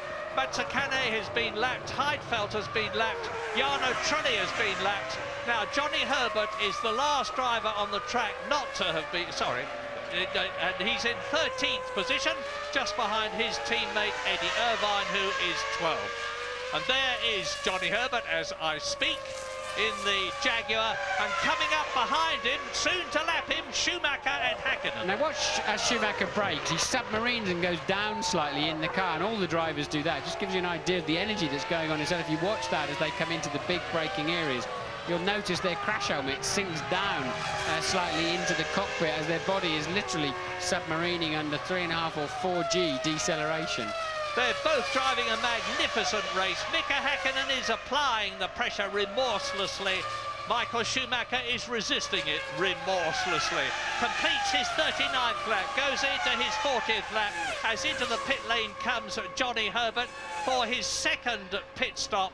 The Jaguar mechanics swarm around the car, off come the front and rear wheels, on goes the fuel filler, and that red board you see going down onto the side pod is to prevent any petrol or petrol vapor getting through onto the exhaust system, and in comes David Coulthard from 5th position. I think there's probably a smart move by McLaren for Coulthard there, because he was clearly losing time tucked up behind Barrichello, who was chasing Ralf Schumacher, and that may give him, they've calculated that should put him out into some clear air with a bit of luck, although I've just seen 2 cars going past, that may give Coulthard a chance to leapfrog Ralf and Rubens. Yeah, I think it was a Jordan and the Minardi, so it was couldn't spot which ones it was, but there we are, out, and here come the leaders, Schumacher and Häkkinen, and they're on their 40th lap. There are still 25 laps to go in this race, which is going to be so crucial for the World Championship, because if Michael Schumacher can finish ahead of Häkkinen and increase his championship lead by another 4 points, it's going to be mighty depressing at minimum for McLaren. Yes, I noticed that as Coulthard rejoined the track, Jenson Button was coming along, the 6th place man, so clearly McLaren waited until they could be sure Coulthard wouldn't lose track position to Jenson Button and then board him in, but Ferrari mechanics tentatively ready, and I wonder which one of them is coming, and we're assuming it must be Michael coming in first. But actually, we're hearing it's Barrichello. Barrichello, they're getting held up slightly in the coming into the pits there. So Ferrari have reacted to Coulthard's pit stop in the McLaren. And so, look, is that Ralf Schumacher who's in the pits? I just saw the Williams very quickly, but that's a very bad pit stop for Barrichello, and I'm pretty sure it's going to cost him his position, and that David Coulthard will regain 4th position. No, I don't think he will. Coulthard's gone past. Actually, yeah, there's Coulthard. How will they come out? Look, it's absolutely touch and go. Go on, David, down the outside, and Ralf is going to have to defend the inside, and does so brilliantly. Ralf Schumacher, very aware of this, but he didn't make it. Coulthard went around the outside. That was a brilliant awareness by Ralf Schumacher, but he couldn't just make the difference, and that has popped Coulthard up into 3rd place. So David Coulthard gains not 1 but 2 places. He goes from 5th to 4th to 3rd as quickly as you can say it. Rubens Barrichello is down in 5th position with the Williams BMW in front of him. Well, the Ferrari and Williams pit stop was a direct reaction as Michael Schumacher comes in for his 2nd run. James? They're both in, guys. Oh, your heart has to go out to Andrea Vaccari, the new stand-in fuel man. If he makes a mistake of this, he'll lose a race, and he has not in. He's made a mistake. The hose is not properly yet. Hakkinen goes, he leads the motor race, and Vaccari's blown it for Ferrari. What a tragedy for him. What cruel luck for Ferrari and for the new refueler. He will be in an agony over that. You can't really blame him. This is the first time he's done it under the colossal stress of race conditions. But there goes Mika Hakkinen rejoining the track, followed by Eddie Irvine, followed by Johnny Herbert. We wait for the Ferrari to rejoin, and look at the gap as coming up behind them are Barrichello and Coulthard and Ralf Schumacher. So it's cost Ferrari and Michael Schumacher dear, and Mika Hakkinen is leading and looking very good to win the Spanish Grand Prix and his first victory of the year 2000. Here he is. Well, James, you said something I thought was absolutely correct. They will have practiced with a reserve. Jenson Button in for a stop. Looks a reasonably long one, 9.2. Not too bad, but probably a second and a half longer than it should have been. But you said, James, I'm sure they've practiced with a spare refueler. But if they have, he certainly wasn't ready for the job when it mattered most. And Mika Hakkinen comes up behind the Benetton, and it's Alexander Wurz, who is in 13th position. Now, the gap between Schumacher and Hakkinen, we'll have to wait and see, both visually and in terms of time, until the end of this lap. But I should think it's a good 3 or 4 seconds, and that is a massive amount, particularly as between Mika Hakkinen and Schumacher are the two Jaguars and one of the Benettons. I reckon it'll be nearer 10 seconds, Murray. He was stationary a long time. Right. He's coming over the line now. It's 10.2. Lucky guess there from me. But now I'm looking forward to this. I'm really looking forward to this, because now we'll see if Michael Schumacher's got anything up his sleeve. And he's got 23 laps to pull that 10-second deficit back. He's got a comfortable championship lead in his pocket, but he does not need these McLarens coming back at him so early in the season, especially now Coulthard is up into 3rd. And now you're going to see what James was taking you through. He hasn't got it on. He's been in the pits a long time. The wheels are already finished, look. Tyre change already finished before the refueling even started. And that's why Michael Schumacher's gone from 6/10 ahead in this motor race to 10.2 seconds behind. Well, the new refueler took a tentative dip at the fuel hose, pulled it out, pushed it back again, and that has cost Michael Schumacher the lead. You touched on the refuelers having to be big guys, Murray, because when that hose is full of fuel and with all the gubbins on the end of it and the valves, I think it weighs several tens of kilos to lump. It's quite a clumsy thing to lump around, and then of course you've got to get it on square. Yeah, you need a man actually to position it in the fuel outlet and someone else behind you to carry the weight of the hose. One man cannot do it. Now, the gap is 10.2 seconds. David Coulthard is closing up on Michael Schumacher. He's under 6 seconds behind. Now, here are the positions. Hakkinen on lap 44 leads Schumacher by now 11 seconds. David Coulthard is less than 5 seconds behind the Ferrari in 3rd place. Ralf Schumacher is 4th, 5th is Barrichello, 6th is Salo. We're going for a break, but we'll be back quickly.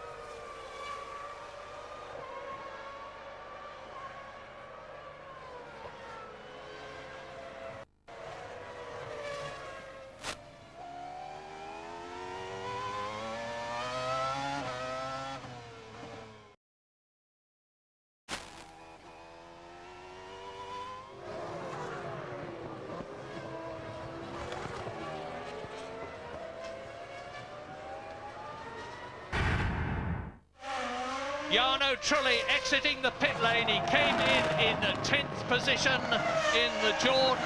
His teammate Heinz-Harald Frentzen is in 9th position.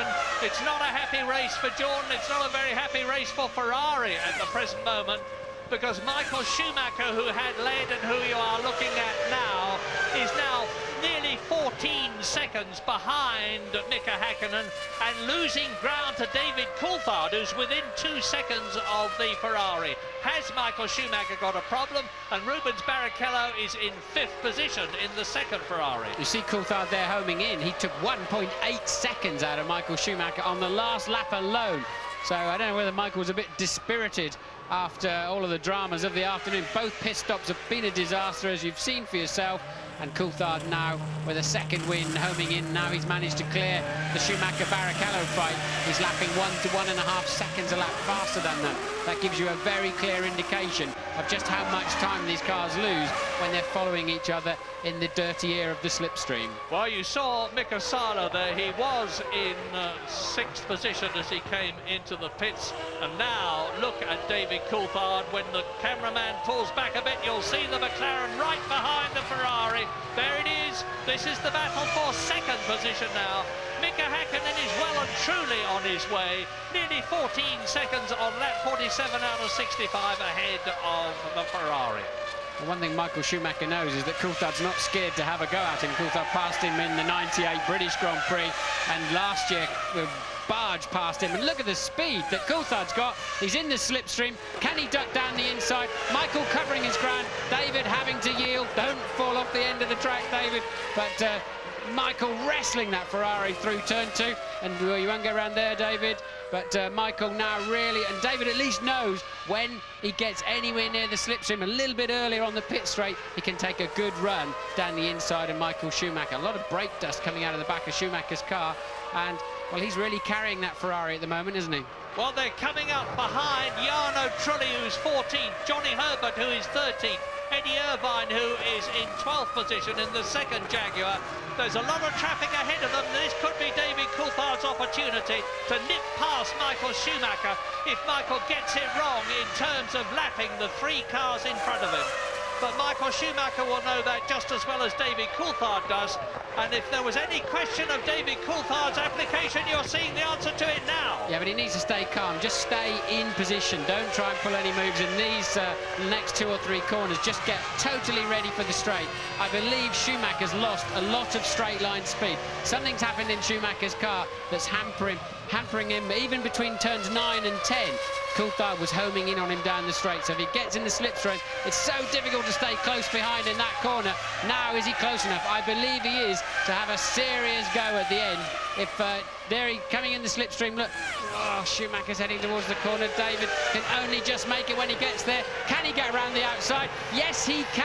Fabulous, fabulous move by David Coulthard, who passes Michael Schumacher on the outside. Not on the inside, on the outside of the corner. Now that certainly indicates to me that Michael Schumacher has got some sort of a problem.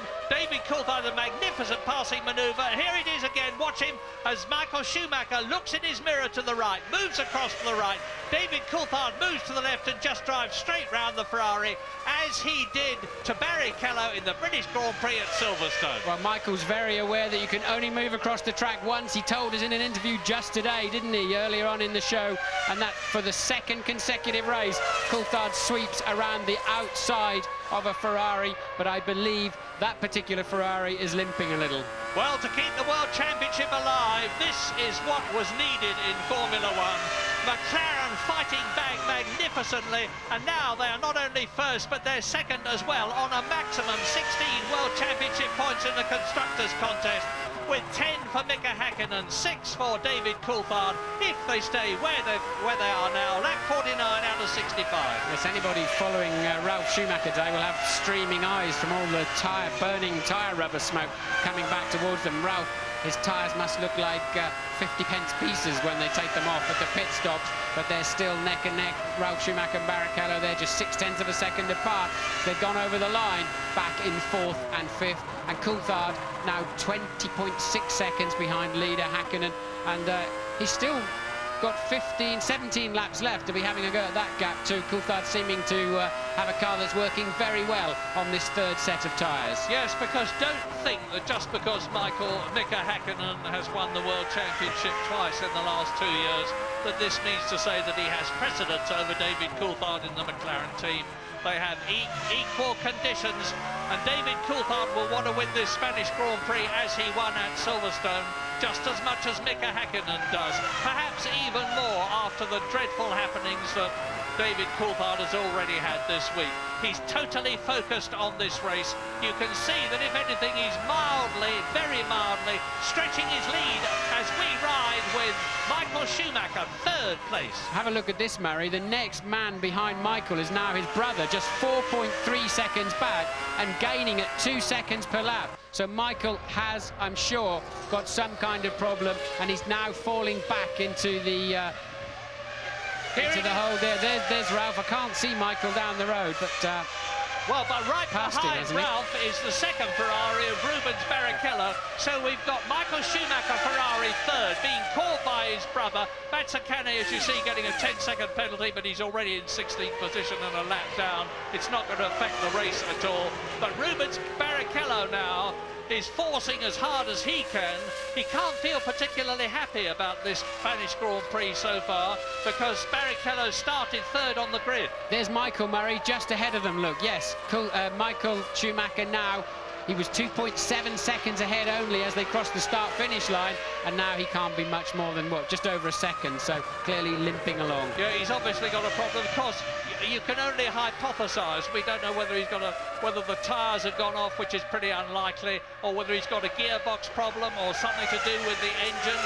I don't think he's unsettled after the fuel filling problems he's had. It's got to be a car problem. I think he's down on power, to be honest. I suspect that's his problem. Either he's missing, he could be missing again, James. Schumacher goes through, Ralph is going through, puts his wheels on the curve, Michael fights back, and Barrichello closes up on both of them, and Ralph Schumacher is stretching ahead. This is a brother and brother, and Barrichello goes through. Wow, fantastic, fantastic. Barrichello takes both of them. Michael goes down to 5th place, and Ralph Schumacher goes to 4th, and into the pits comes Michael Schumacher. Just go through the morals of that. He had to shuffle his brother out of the way to let his teammate through. What a terrible position to find yourself in. But Michael did it. He stuffed his brother to help his teammate. Well, is this tyres, Martin? Because there goes Michael Schumacher again from 5th position. Well, on goes a new set of boots. He's going to be lucky to finish in the points at the present moment. Well, Jenson Button is back in 6th position. So a very happy race for Williams, because now both their cars are in the top 6, although Ralph Schumacher is down from 3rd, which he held for so long, to 4th as a result of that fantastic battle we've just seen between himself, Barrichello, and Michael Schumacher, which was resolved in the favour of Rubens Barrichello, who's shot up to 3rd position in the Ferrari. Now, his lap times are slower than those of both Häkkinen and Coulthard, and the gap... Sorry, Murray, just watch this. Look, Michael just made Ralph work for it, work for it, work for it. Then he wouldn't yield, even though he knew he was coming in the pits, and still kept going up the inside. I think they just about touch in the middle of the corner. Look, and that lets Rubens through on the inside. They say blood is thicker than water, but that's certainly not been the case through those 3 corners, as Michael gives as hard a time as he can to that Williams of Ralph Schumacher. Look, now he's going to hold him out. He comes into turn 10, and turn 11, rather, he pushes him out, holds him out, look, and lets, I can only assume that was entirely intentional, and lets the other Ferrari through on the inside. And hats off, incidentally, to our television producer, because he has to decide what pictures you're going to see, and he certainly chose the right ones there with those replays, as Bob McMurray in the McLaren pit smiles at the way things are going, as well he might do, because his man Mika Häkkinen is leading, his man David Coulthard is second.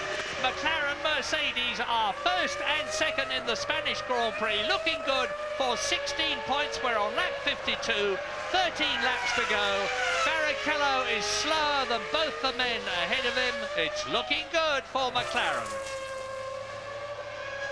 Well, what will be interesting to see next is can Jenson Button start homing in on Michael Schumacher. He's currently 11.7 seconds behind him. Michael down to 5th place, Button in 6th in the BMW Williams.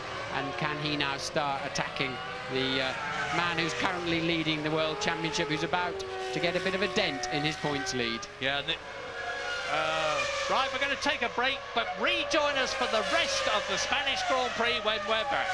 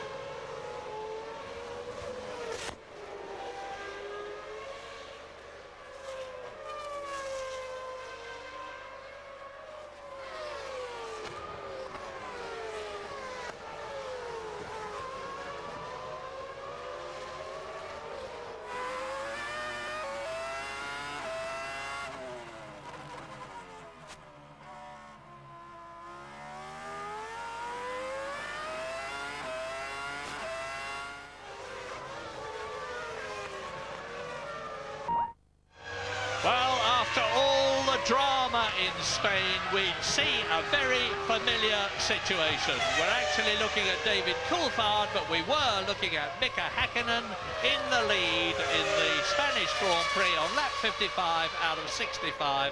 10 laps to go then, and he's 22 seconds ahead of his teammate David Coulthard, who crosses the line now, about 32 seconds ahead of Rubens Barrichello. It's looking as though McLaren are on a 1-2 as they were in Britain. 16 points to close the World Championship up considerably. Exciting times. Well, I was wrong about Michael Schumacher having an engine problem, because with that change of tyres, he's now back on the kind of leading pace that he was sharing with Mika Häkkinen and pulling away from Jenson Button in 6th place. So Michael maybe had a slow puncture or something like that, but he just seemed very, very slow down the straights too. So on lap 55, let's take time out to establish clearly the top 10 as you watch race leader Mika Häkkinen, 22 seconds ahead of David Coulthard, 33 seconds ahead of Rubens Barrichello. 2 McLaren's lead, Ferrari third. Ralf Schumacher is 3 seconds behind Rubens Barrichello's Ferrari in 4th place, and 18 seconds ahead of his brother Michael in the 2nd Ferrari, which is 5th. Jenson Button in the points for Williams again. He's already had 2 World Championship points finishes in his first 4 races. He's in 6th place. 7th is Frentzen, 8th is Salo, 9th is Zonta, and in 10th position Fisichella. There are 17 cars running out of the 22 who started. 11th is Wurz, 12th and 13th the 2 Jaguars of Eddie Irvine, running reliably but not quickly enough. They've both been lapped. Jarno Trulli in the Jordan is in 14th position. Both the Jordans are still running, neither of them in the points. Genet in the Minardi is 15th. His teammate Mazzacane is in 16th position, been lapped twice. Nick Heidfeld in the Prost is 17th, and he's been lapped twice. The retirements in order of retiring: Pedro Diniz, De La Rosa and Alesi together when they collided. Jacques Villeneuve out with a hydraulic problem in the VAR. Jos Verstappen, I would guess, an electrical problem because he came in and changed his steering wheel unsuccessfully. And so those are the 5 retirements. And now we're on lap 56 out of 65, 9 to go. Riding with Michael Schumacher. No, riding with Rubens Barrichello, I apologise, in 3rd place. Closing up on David Coulthard by about 0.4 of a second a lap. But as he is some 10 seconds behind the McLaren, which passed him in that fantastic move we saw a few laps ago, I have to say it's not looking good for Ferrari. But there is David Coulthard ahead. Yes, I'm not absolutely sure that's David Coulthard ahead. If he is, he's in trouble because he should be 10-odd seconds down the road, Murray. Coulthard, I think, had traffic on the previous lap. Haven't seen anything to suggest he's got a problem on this lap. In fact, he is over the... Coulthard's just gone over the line, so that is a car ahead that's about to be lapped, I think you'll find, Murray. Yeah, you're right. We'll spot who it is. As over the line goes Rubens Barrichello down to turn 1. He's doing the thick end of 200 miles an hour now as he shifts down into 3rd gear, 80 miles an hour on the apex, into turn 2, up to about 110 miles an hour, still accelerating round turn 3, the double 90, and we can see soon who it... Oh, it's the Jaguar of Johnny Herbert that he's coming up to lap. Johnny Herbert in 13th place has already been lapped, of course, by Mika Hakkinen and David Coulthard. Rubens Barrichello there in 3rd position. Well, Barrichello was 2nd in Australia and 4th in the San Marino Grand Prix. He's had a couple of retirements, and that is Nick Heidfeld, 17th and last, after his 4th pit stop. He's had all sorts of problems, and his teammate Jean Alesi was out of the race a long time ago. Prost is probably the unhappiest Grand Prix team this year, because all their promise of the past seems to have evaporated. The car is unreliable, they're not getting testing miles, and as a result of that they can't build speed. I'm sure Jordan will be too happy, or Benetton for that matter. Jordan came to this, the 5th race also of last season, with 16 points already in the bag, and they arrived here this weekend with just 8, and neither of their cars looking anywhere near a points finish at the moment, and they're going to need unreliability if they're going to get points today. So Jordan, and I think particularly Benetton, have really slipped back down the field since their early pace back in Brazil. Well, what lessons do you think we can learn about McLaren and Ferrari? Because I was convinced when this race began that there was nothing in it between them in terms of performance. I think Schumacher suffered obviously because of those 2 failed pit stops of his, but Barrichello really hasn't been in the race. No, he hasn't, has he? Once again, not demonstrated raw pace. I think we felt earlier in the season the McLaren did have the upper edge on pace, even though Michael won the first 3 races. I think actually, had Michael got away in Silverstone and not been held up just off the line trying to pass Hakkinen, he would have been a serious threat to win that race. Michael, I think, probably had the edge in Silverstone with the strategy they were running. And today, we said at the beginning of the show, it was going to be very, very close. There's virtually nothing between Ferrari and McLaren. But I thought the Ferrari had the slight edge. Michael pulled away. That looked to be correct for a while. And then he's really just faded. Well, you've just seen Rubens Barrichello in 3rd position, lapping Eddie Irvine, who is in 12th place, having already passed the other Jaguar of Johnny Herbert. And Mika Hakkinen is on his 59th lap now, 20 seconds, well, 20.7 seconds ahead of Coulthard, who continues to lap faster and quite significantly faster than Hakkinen. But that 20 seconds gap is not going to be closed by Coulthard unless Hackinen's got a problem, and I don't think he has. What can you tell us, James, about the Ferrari performance? I'm in the Ferrari garage now, Martin, and you were probably right. I mean, they've just taken the tyres off now, and one of them has a considerably lower pressure than the other 3. They're sure that they were equal when they put them on the car, but they're saying it doesn't appear to be punctured. They can't understand how it lost pressure during the race, but that for sure was the problem, and that's why he was so slow coming out of that final corner onto the long straightaway. And obviously now he's got a new set of tyres on, and away he goes. Very strange day indeed down here in the Ferrari garage. Well, as an ex-tyre employee, I can only hypothesise that it is a faulty bead in the tyre. More of that later, maybe, and maybe not. Lap 60 now 5 laps to go. Häkkinen can pace himself now to his first victory of the year 2000, his first 10-point finish, and to close up the gap in points between himself and Michael Schumacher by a minimum of 8 points, because Michael Schumacher's only on 2 points at the present moment. He looks as though he should get them, because he's pulling away from Jenson Button, who looks like getting his 3rd points finish in his 5th Grand Prix in his short career. It's an incredible performance if he does, and Williams can be rightly proud of themselves, BMW can be rightly proud of themselves.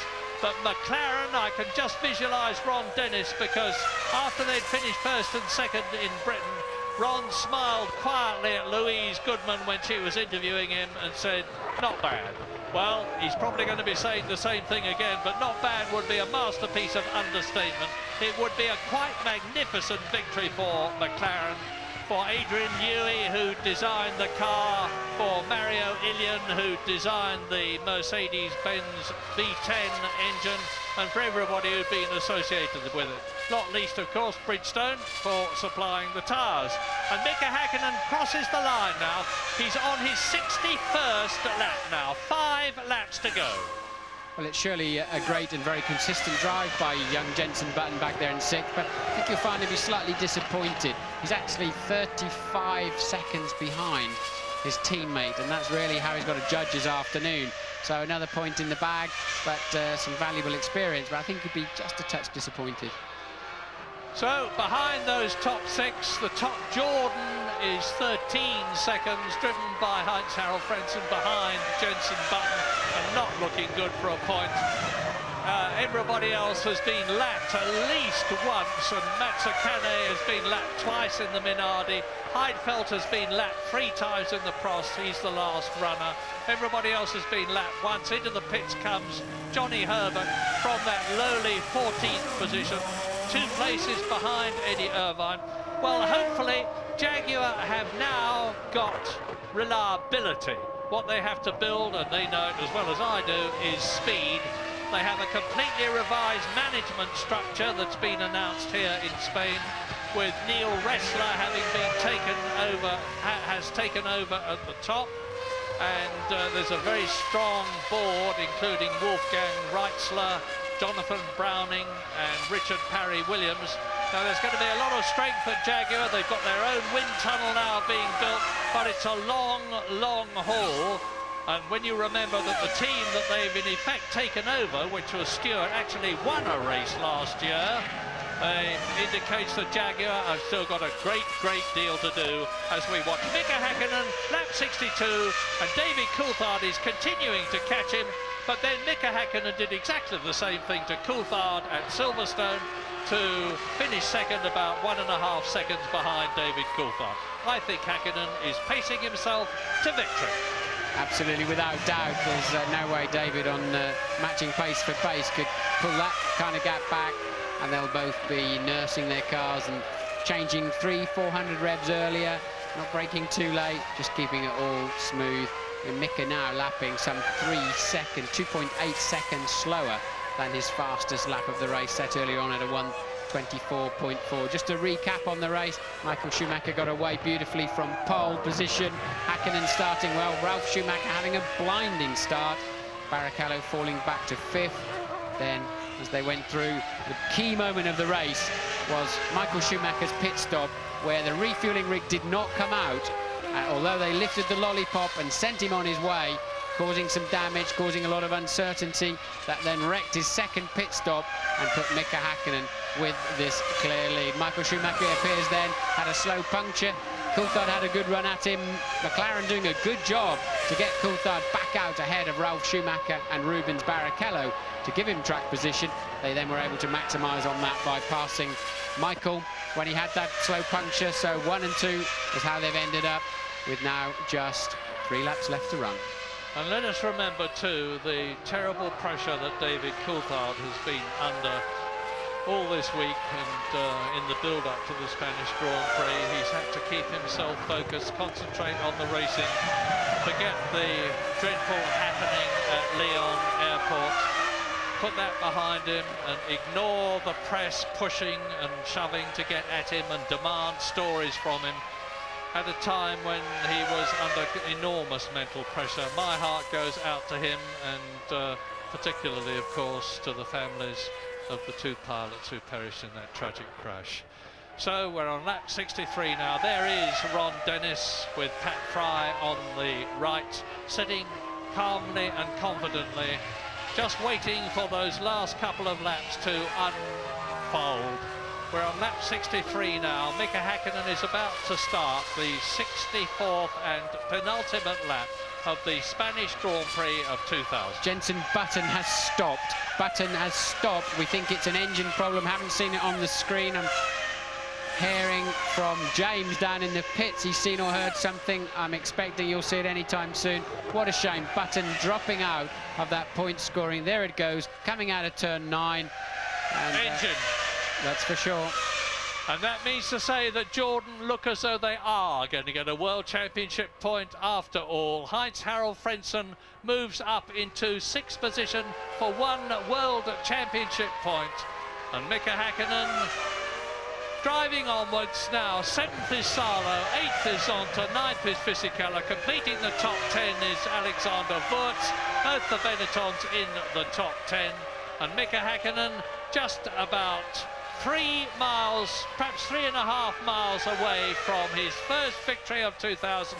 Look at the Finnish flags flying there. There is a very big contingent of Finns here. They follow their man with enormous enthusiasm, and they're going to get their reward here in Spain, because in just a minute and a half or so's time, the man you are looking at, Mika Häkkinen, is going to be coming into the finish to score his 15th career Grand Prix win, to give him 10 World Championship points, to add to the 12 that he already has.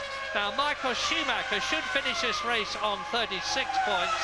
Mika Häkkinen will finish on 22 points. The gap will have been dramatically reduced between the two of them. The World Championship is a long, long way from being finished, and we're on the last lap. Must be lovely for Häkkinen to see that board. P1, L1, position 1, of course. 1 lap to go, 17.3 seconds ahead of David Coulthard. Barrichello a further 14.5 seconds down the road. So it's quite a spread out now for the podium players, but I think they'll all be pretty satisfied with their afternoon, given where they were coming from. Indeed, and especially Mika, the quiet, unflappable, pragmatic Mika Häkkinen, 17 seconds ahead of David Coulthard. Their lap times have come down considerably, indicating the fact that they are pacing themselves home, and there's a very, very short distance now between Mika Häkkinen and that wonderful sight for a racing driver, the checkered flag, which means not only that you have finished the race, but that you have, in his case, won it. The Spanish Grand Prix. Out of the right-hander comes Mika Häkkinen. You can see the crowd moving in the background, the Finnish flags waving there. Into and out of the last corner now comes Mika Häkkinen, crossing the line, and it is victory for Häkkinen, McLaren and Mercedes in Spain. And the mass of blue and white flags, it's a very happy, a very relieved Mika Häkkinen. David Coulthard, I'm just looking to see whether, yes, David Coulthard goes through in 2nd position. There he is. So, for the 2nd race in succession, the McLaren team have scored 16 World Championship points in the Constructors' Contest, as Rubens Barrichello finishes in 3rd position. Now, is it going to be Ralf Schumacher in the Williams BMW in 4th place in just a few seconds' time? Yes, over the line he goes. And Heinz-Harald Frentzen is 35 seconds down the line. Only 6 people will have completed the full race distance. Great day for McLaren. Many, many people here expected the Ferrari to have the edge and possibly even scamper off into the distance today. But it didn't happen, and it tightens the championship up very nicely for us, the fans. And certainly any ideas that this would all be over by July or August this year with a whitewash by Michael Schumacher is firmly out of the window now. I think, Murray, we're in for quite a tight championship yet again. Indeed we are. And you saw an overjoyed Mario Ilian there, who'd had engine problems in the Australian and Brazilian Grand Prix to put right. Ferrari won those 2 races very convincingly. But now in the Drivers' Championship, Mika Häkkinen is up into 2nd place ahead of David Coulthard and 14 points behind Michael Schumacher and 2 points ahead of David Coulthard. Rubens Barrichello, who started this race equal 4th in the championship, is now just 1 point in 4th place ahead of Ralf Schumacher, and Fisichella well down in 6th position. Now McLaren are only 7 points behind Ferrari in the Constructors' Championship. The World Championship of 2000, which at one time looked as though it was going to be a Michael Schumacher and Ferrari benefit, is proving, thanks to a couple of brilliant races from McLaren and Mercedes, to be quite the opposite. I'd love to be in the room when the 2 Schumacher brothers get together. They do tend to get together just after the race and going and have a drink at a certain place in the paddock. And it's going to be a very interesting conversation, because if Michael didn't intend to wrestle his brother out like that, and I think he probably did, then he certainly made a bad error and cost his brother a place. So they're going to have an interesting conversation one way or the other. Thumbs up from Mika Häkkinen all the way around the track. He's obviously absolutely overjoyed inside the cockpit there, and with every good reason. Touring home, the flags flying. Well, I said before that sometimes the Spanish Grand Prix, and particularly last year, has been processional, anything but this year. That was the Michael Schumacher, Ralf Schumacher, Rubens Barrichello situation was certainly one of the most exciting passing manoeuvres I have seen for a very, very long time. Here's Rubens getting out of the cockpit, and confirmation about the Constructors' Championship, with Ferrari just being 7 points ahead of McLaren Mercedes. And Williams BMW holding their 3rd position ahead of Jordan. But Coulthard struggling to get out. The last time I saw him before the race, he had a frozen bag on his ribs, and he was laying down, and he looked like he could barely walk out of the motorhome, let alone get in a Formula 1 car. He looked a bit tense and stiff there, Martin, as he eased himself out of the cockpit. In comes Mika.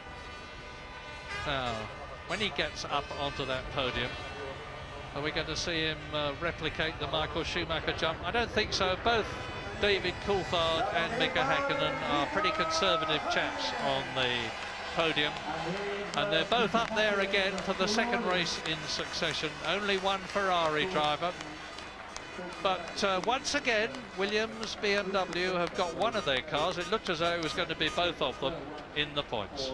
So the pole sitter has still yet to win a race since the last Hungarian Grand Prix in August of 1999. Absolutely so.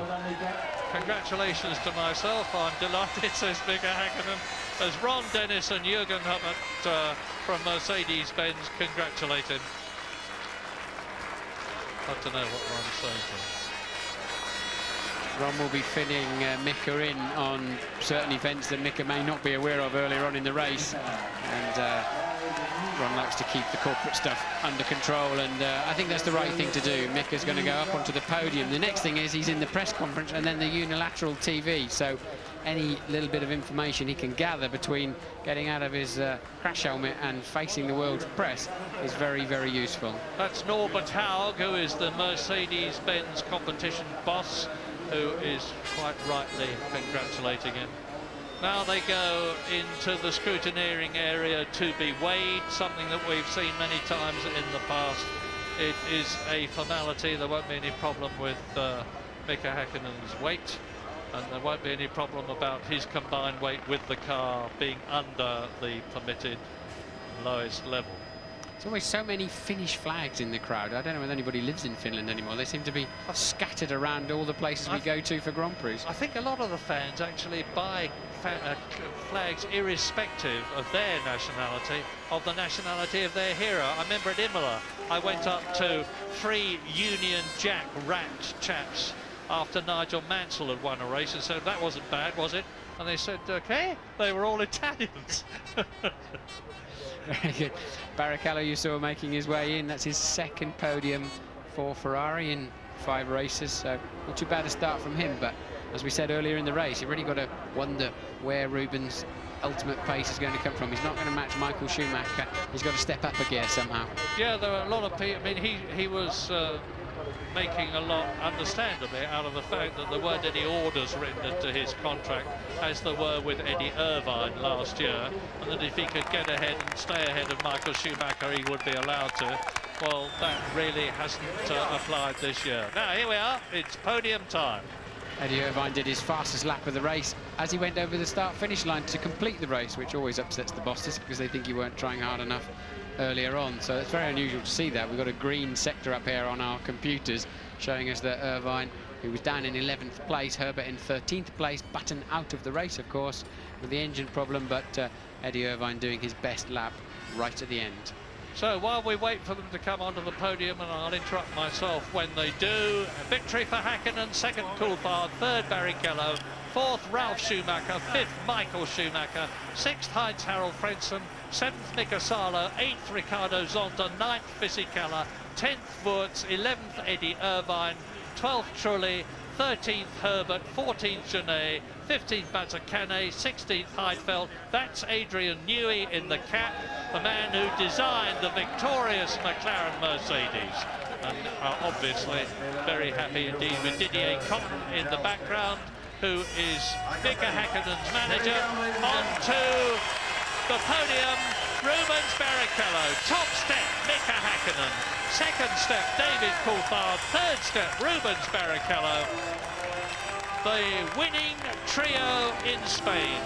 The Finnish national anthem.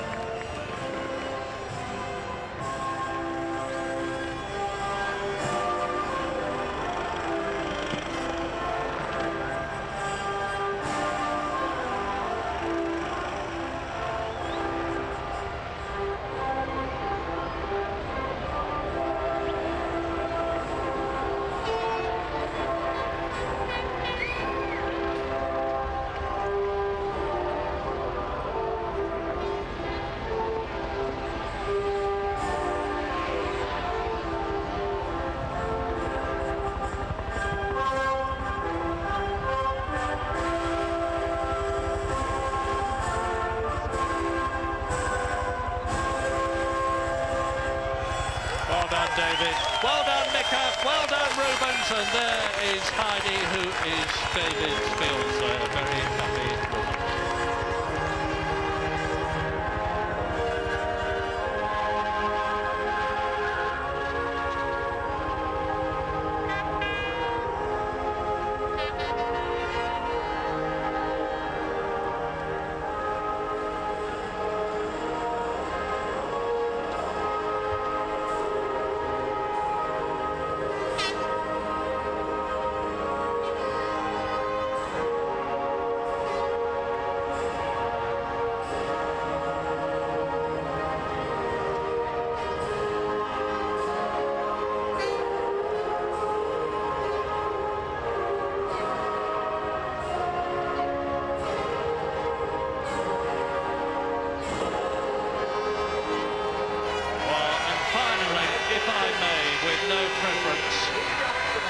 Special mention for the courage of David Coulthard. He drove a magnificent race to finish second to his teammate Mika Häkkinen, who now receives the winner's trophy. It's the president of Catalonia, in which of course Barcelona is situated, and this excellent circuit where they do so much testing. A replica of a modern Formula One steering wheel. And David Coulthard gets a similar one soon, but the boss of the Olympics, Juan Samaranch, gives the Constructors' Trophy to Jürgen Hubbard of Mercedes-Benz, as David receives his trophy, and then Rubens Barrichello. So, a convincing and magnificent win for McLaren and Mercedes-Benz, who have defeated the might of Ferrari here in Spain fairly and squarely.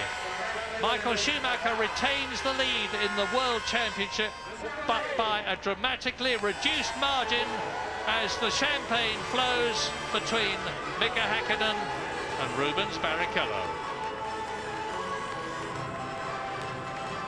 Congratulations all round from Mika. David quietly steps away and keeps out of it, and you can understand why. So, there you go. It's great in Spain. McLaren, who've never been away, are right knocking on the door of Ferrari.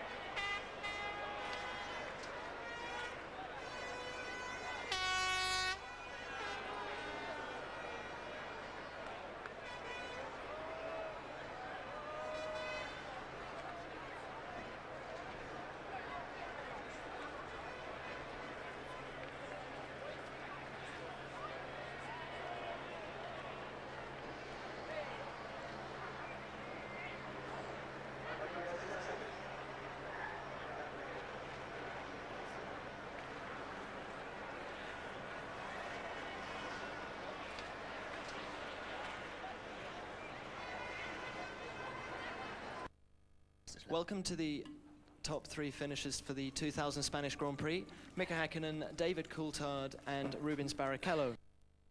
Many congratulations. This is your third victory in a row here. You must feel very pleased. Yes. I don't know how I could explain it, how pleased I am. I'm just over the moon, or how you say it. You seemed quicker than Michael throughout the race. Were you just waiting for the pit stops? Yes. Okay. Okay. And moving on to David, well done, Mika. Oh, that's it? You don't ask anything else? I'll come back to you in a moment. David, you seem to be, you're proving an expert at overtaking Michael Schumacher. Did you have any indication at the time that he was in trouble? Well, clearly, how quickly I caught him, I knew that that wasn't his normal pace. So I knew he had a problem. And it was just a question of trying to use momentum as you catch him to get by, because even if someone's running 2 seconds a lap slower, it can still be quite difficult to overtake. And it was quite close on his the first manoeuvre he made, pulling to the right. I was very surprised at how late he made the decision, and we came very close to touching. And then the second attempt, and I obviously went for the outside and felt confident I could outbrake him. So despite me having made a mistake in the first pit stop, which is why I dropped behind Ralph and Rubens, The guys did a good job to call me in a little bit earlier to get me track position after the stop. In view of the events of the past week, has it been a good thing for you to get into a race car and just get down to business? I understand you have a cracked rib. Absolutely. Get in the car, drive, do my job, and you know, this is the best thing that could happen for the team and myself to come away from here with maximum points. Well done, David. Moving on to Mika, Rubens. Rubens, you benefited from Michael and Ralph scrapping. Do you feel that you owe this podium to Michael? Well, in a way, yes. I must admit that you know, the race wasn't really good up to that point, because you know, you run behind people, and even if they are 2 seconds slower, you just there's no way to overtake. So basically, I had my race was that. You know, I was looking forward when I'm on the pit overtook David, and I was looking for that again with Ralph. But as far as I'm concerned, I think the team had a problem with Nigel, and who was putting the fuel in, and then my pit stop was quite slow. So then I lose for both, and you know, my only chance was when I saw we were approaching Michael, and I was lucky to drive by both. Nou, de man met het grootste verhaal, dat was Rubens Barrichello in alle geval. Want Hakkinen...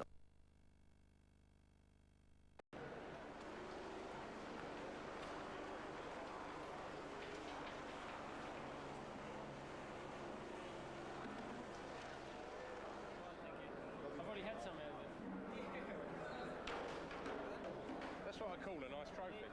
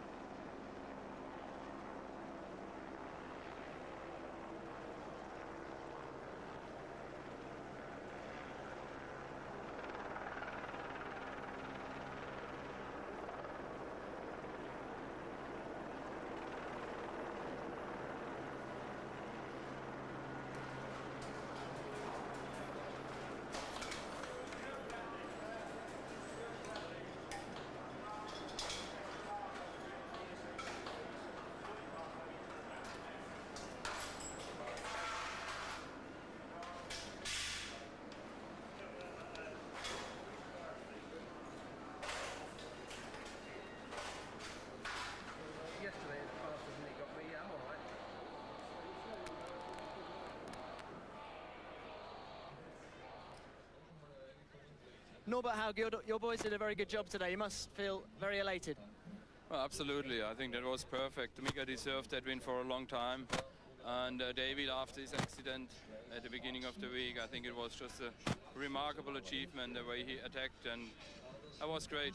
Perfect strategy, reliability, everything was fine, and we're catching up, and it's not over. We're going to attack. How does it change the face of the World Championship to you? Well, in the point standings, I think in the constructors we are 7 points behind, and in the drivers I even do not know. But it's not over yet. That's what I told from the beginning. And I think our guys proved that they are world-class drivers. Some people tend to criticize them here and there, but not the team. I think everybody in the team did a fantastic job, and the strategy was excellent. Thank you, Norbert. Thanks.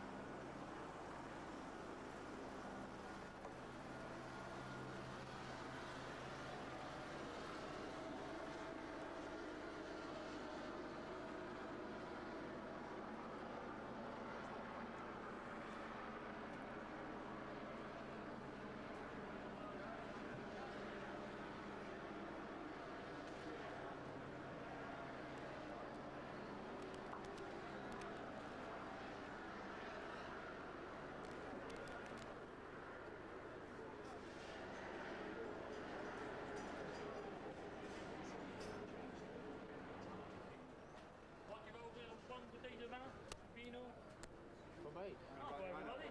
Yeah. Look the box, wood box. What, of Tyler? What, Tyler's wood box?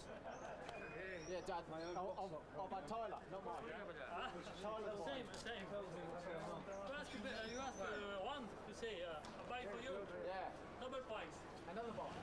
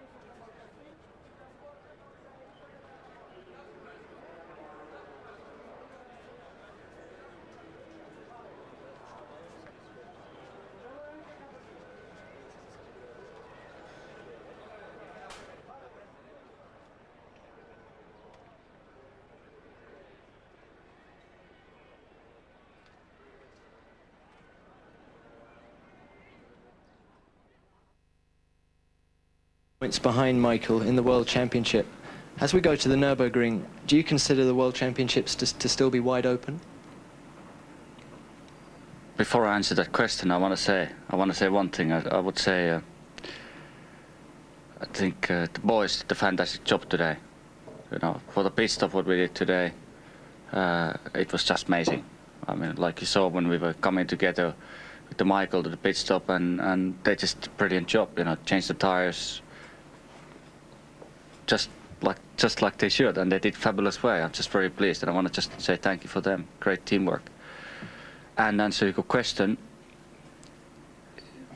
it's a long way to go until the end of the season, and anything can happen. Today was a good example. Looking forward to next Grand Prix and next test. We have a lot of work to do, and I'm happy. You know, we have learned a lot this Grand Prix this weekend, a lot about this car, and I believe we can make it much quicker in the rest of the season. Well, that victory really meaning a lot to the world champion there. Martin Brundle has joined myself and Tony up in the studio. I mean, he's not the most loquacious at the best of times, is he? But he was really struggling to get the words out there at the start. Was that exhaustion or what? I think Mika struggles a bit in the English language, which is understandable. But Our Finnish isn't too bright, I have to say. Exactly. But he's not a particularly vociferous person, but it was unusual for him to say, hang on a minute, before I answer that, I want to come back in and say something else. So it's not, I've never heard Mika do that before. There was some points he wanted to, some buttons he wanted to hit in that little press conference and thank his team, because they did do a good job. Now, David Coulthard, I mean, he was hurting physically. Goodness knows what was going in there mentally before the race, but physically this was a very, very tough afternoon for him, and he came through it really well.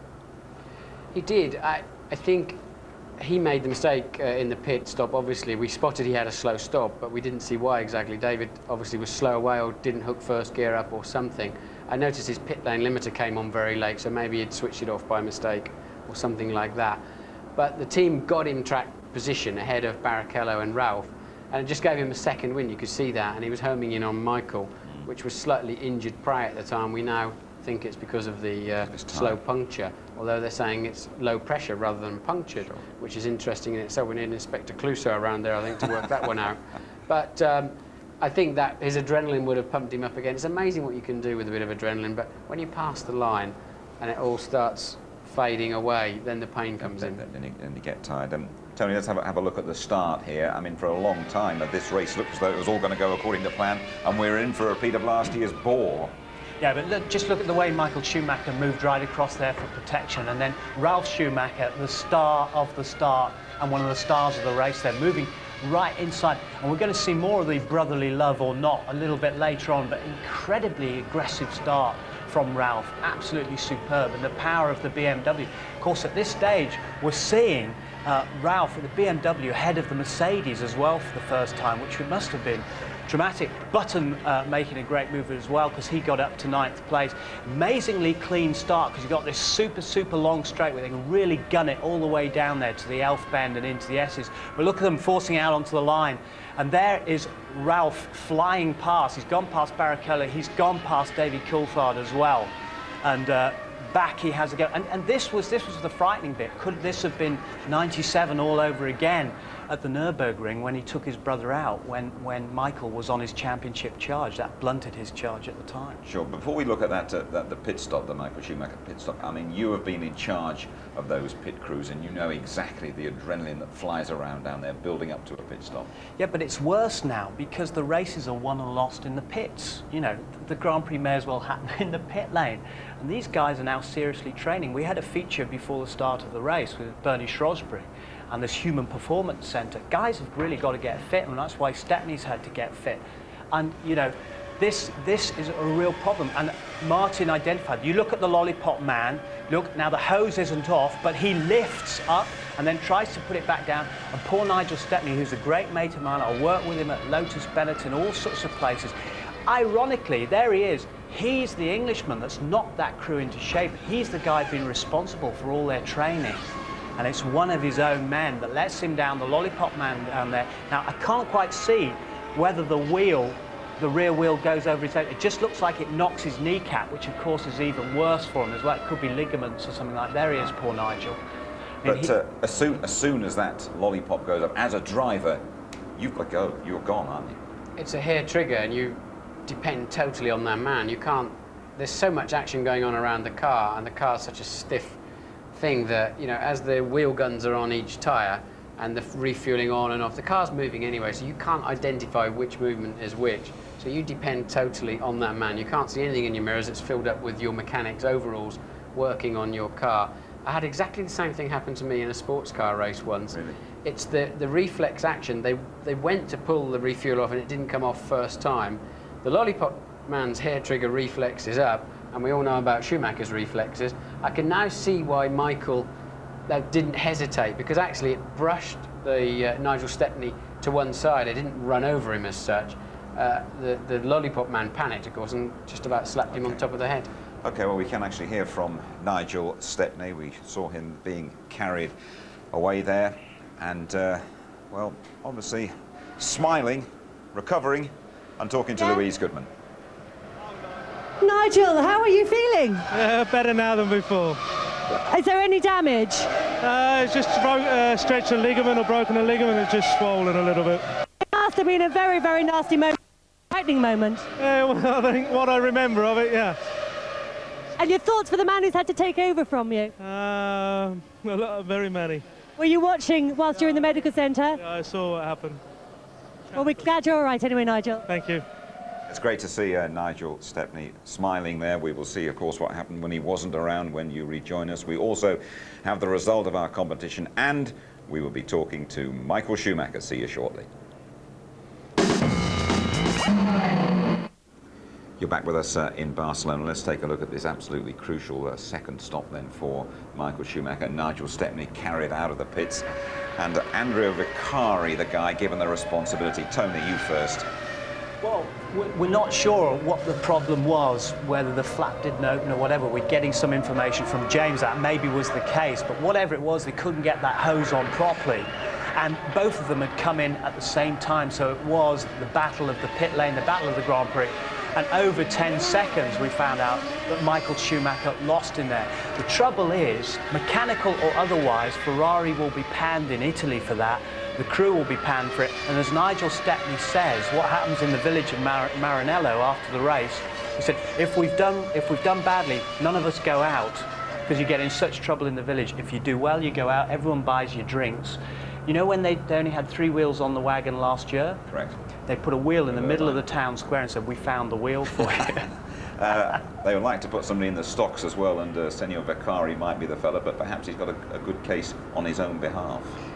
Somebody's telling a few fibs here. The flap was clearly up when we just saw that replay, which is the first time I've seen the replay. The flap was up as he came in.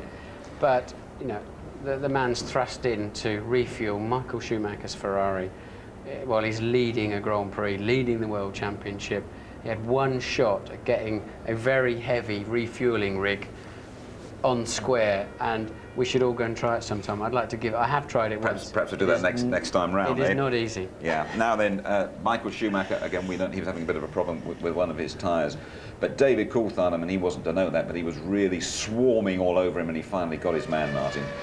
Yes, David's just got this thing in his mind that he can overtake Michael Schumacher whenever he needs to, and he won't let go.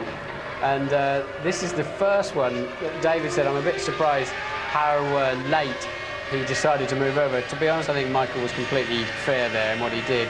Michael wrestling the Ferrari.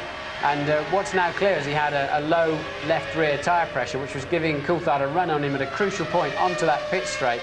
And Michael then knew with the poor handling car, if he tried to dive up the inside, he would simply have run straight into the McLaren. And he had to yield, and David was very positive. David said something interesting. He said, I caught him quickly and I wanted to pounce straight away. There we see it again.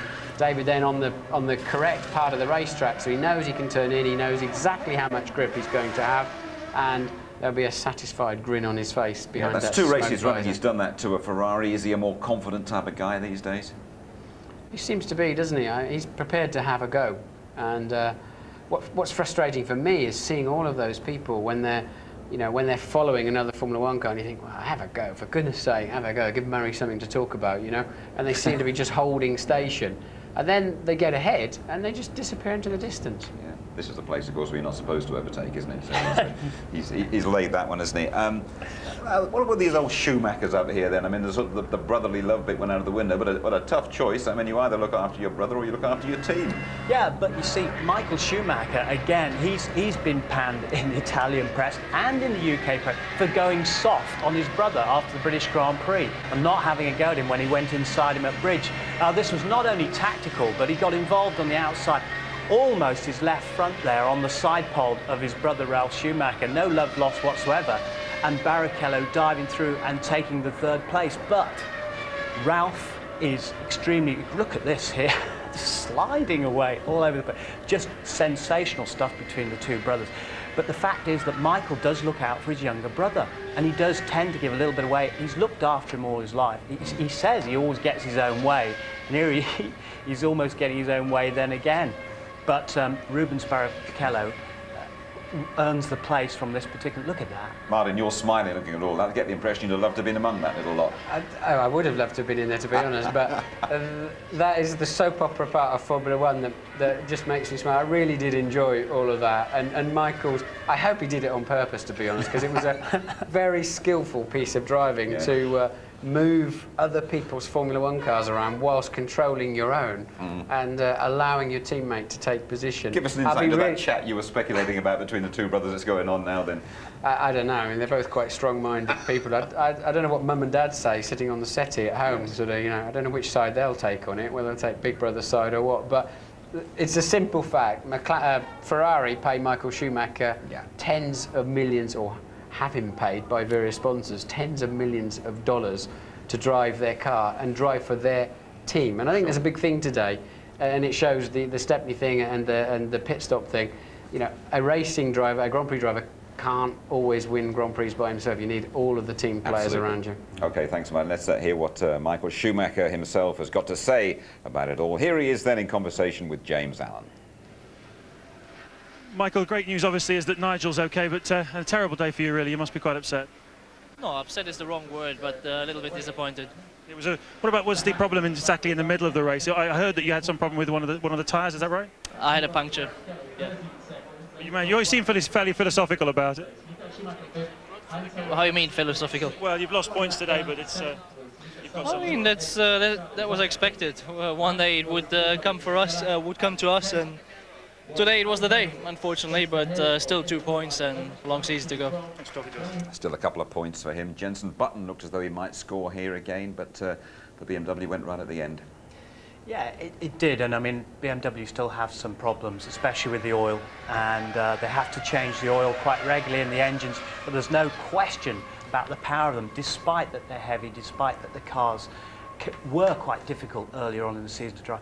But we mustn't forget also he was criticised to a degree by Sir Frank Williams about his focus on the British Grand Prix because of the hype all around him.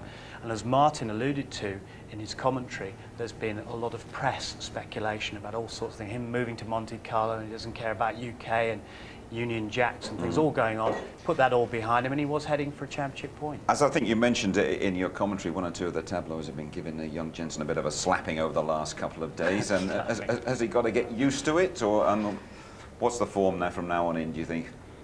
It's a free-for-all out there, isn't it, really? I mean, we're busy as racing drivers trying to race each other on the track, and the newspapers are busy trying to get the next headline, and they seem to have no bounds as to where they will go to do that, to sell.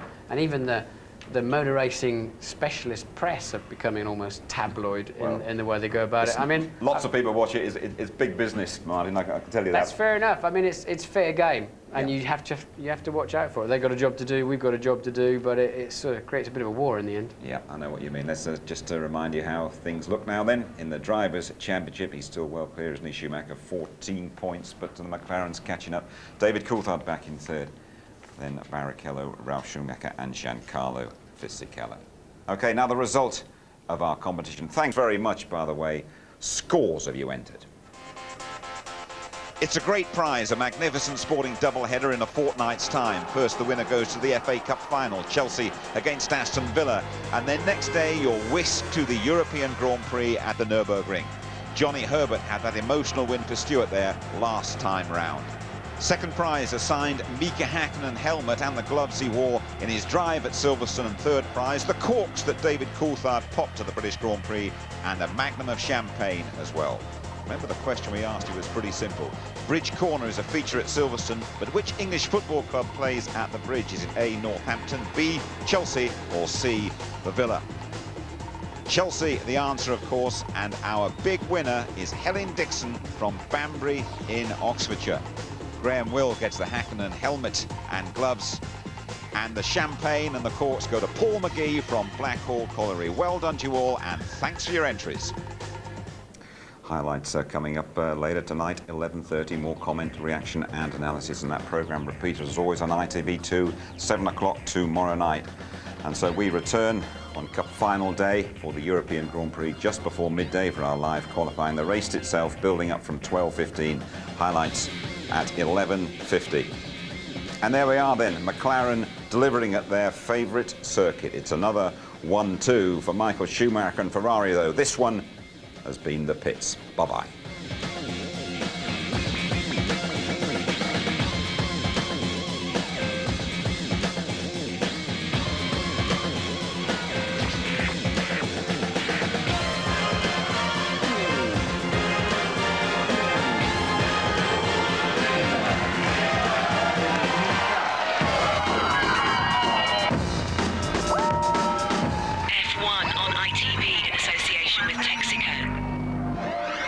Thank you.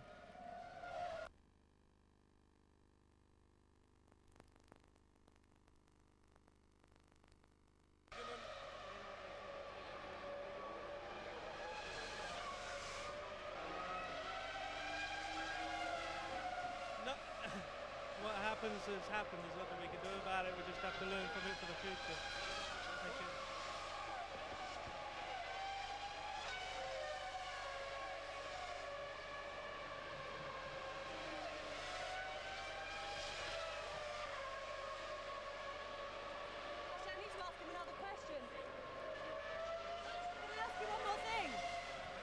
Nigel, can I ask you, talk us through it as it happened from your point of view? I remember going on no problem.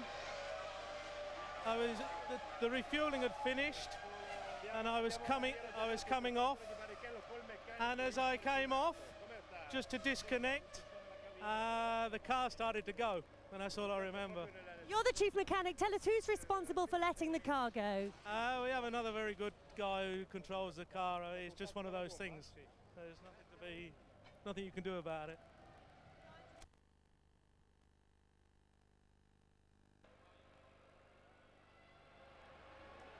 Yeah, that's right. Whilst it's all been happening in the pit lane, Jack has gone out of the race. Jack, what was the problem?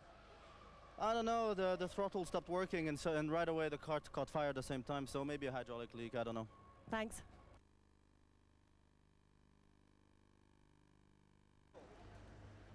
Harold, you got a point at the end of the day. Yes, I'm very happy with 1 point today. That was at least something we could bring home today. So, I think the way your weekend's gone, you were actually very lucky to get that point, were you? of course, yes. But we were also unlucky that we lost some points with the gearbox, and we gave the other points to the other people. This is true. Not a good weekend for Jordan all round, though. Improvements in the next race, do you think? Well, certainly we have done the good news is that the gearbox is all right and we can finish the races, and Barcelona has been always a track where Jordan has struggled here, so I think we have one of the best results for Jordan in Barcelona, but I think from here on we can steadily build up the car again. Endlich ein Punkt.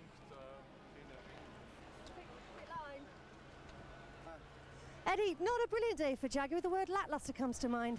I wouldn't say that. You know, we've got our problems. You know, we can qualify well, we can run quick when we're not stuck up people's or stuck behind slower cars, but we get stuck behind slower cars because we can't start. So we just got to work on that, and we are working on it. And but you know, everything's in progress. It's, you know, you don't switch the lights on just because you painted green. So we just got to keep working away and get more. We need to get a little bit more methodical, that's for sure, and get everything a little bit tighter. But we've so many different problems in so many different areas that it's difficult to develop the car in a logical way, because you know when we're testing things, something else goes wrong, so it confuses the answers. So we just got to tidy the whole thing up, and there's nothing other than work that's going to cure it. You know, there's no magical cure. We just got to keep plugging away and look at it logically. Was it the start that cost you today? Was it the clutch again? Well, it's another one of just atrocious starts. I've only made one this year, and that was really lucky in Brazil because I nearly stalled it. Normally I either nearly stall or I light the rear wheels up. There's no medium, so today again it was just lit the rear tires up and sat there going nowhere. But you, not the car? Well, I never had this problem for 3 years, so we got to work on it. There's ways to make better starts. We haven't got them ways yet, and you know there's things happening that we're not quite sure what's happening, and we just got to work on them. And there's no magic.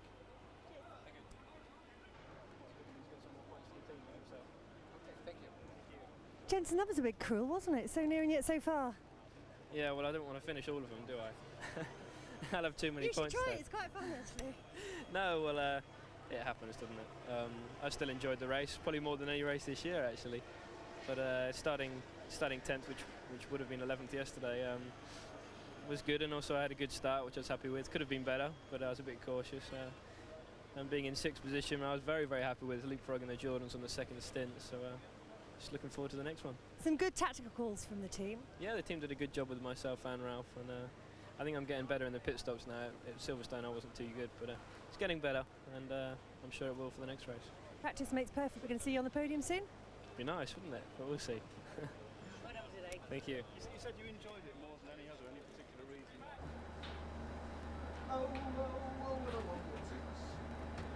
Keith, wake up, Keith. He's been stitched! Oh no!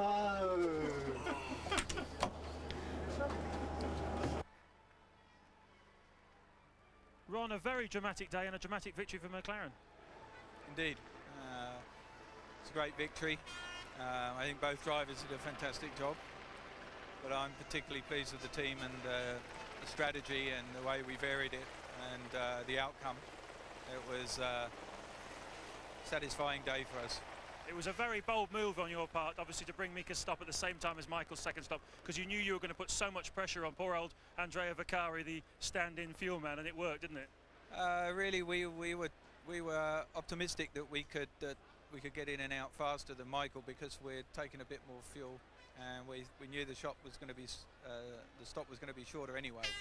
I don't think their fumble caused it. I think we were going to have them anyway, but I would say that, wouldn't I?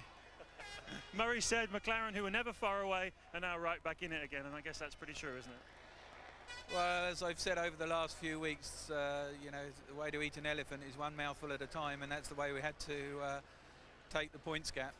We're still not there, but it's another step in the right direction, and I'm sure everybody in Wokings feels delighted with the result. Great day, well done, Ron.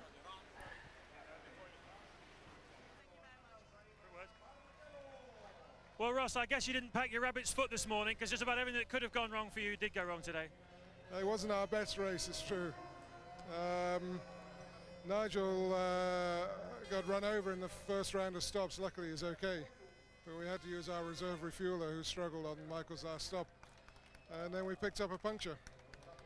We didn't know what the problem was, so we persevered for a while, and then we could see it went down far enough for us to understand what was happening. We came and put another set of tyres on. How did Michael take all of this? What's he been like on the radio throughout the race? Pretty philosophical. I mean, he was obviously very concerned in the middle when he was going too slowly. So, but he's picked up some points today, so it could have been worse. How costly is it, Ross? Well, we were fighting for the lead, and I think if everything had gone smoother, we could have won the race, but it just didn't go for us today. So, and to be competitive here, if you look at previous years, is very encouraging.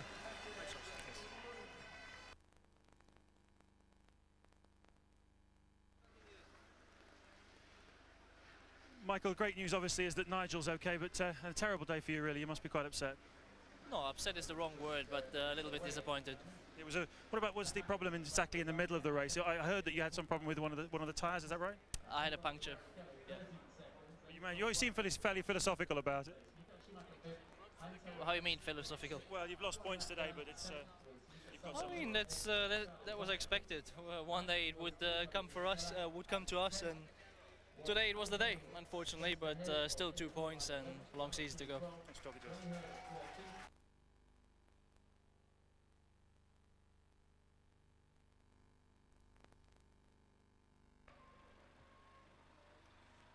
Jonna, this is always described as a very physical track. Why is that? Why should it be worse than anywhere else? First of all, because it's hot, but then even because the track is very quick. I mean, there are very high-speed corners, especially in the last sector, and so this is very physical even for the neck. It's traditionally not a very good track for Jordan. Is that because of those high-speed corners?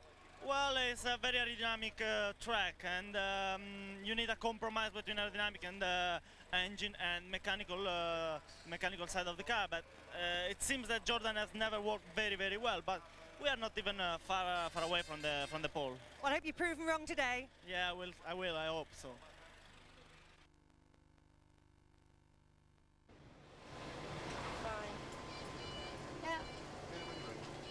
Patrick, well, you got one car home in the points, but on the whole, I think a day of disappointment for the team. Well, one can look at it in two ways, but Ralph's thinking that he might have been able to hold on to a slightly higher place, but and obviously disappointing for Jensen. But for this stage of the year, with a new engine, to finish fairly closely up behind the third car, Ferrari, to finish behind two McLaren Mercedes and one Ferrari is not really too bad, but obviously we want to do better in the future. Ralph is actually spitting blood about that move his brother pulled on him. I know you've just been talking to him. What did he say to you? Well, I can't really say too much about it, but he'll probably have a quiet chat with Michael about it. I don't think he'll make a public display of his views, but it's something he'll probably sort out in a chat with Michael, I would think. I take that to mean he's not best pleased. You can draw your own conclusions, Louise. Yeah. Okay, thanks.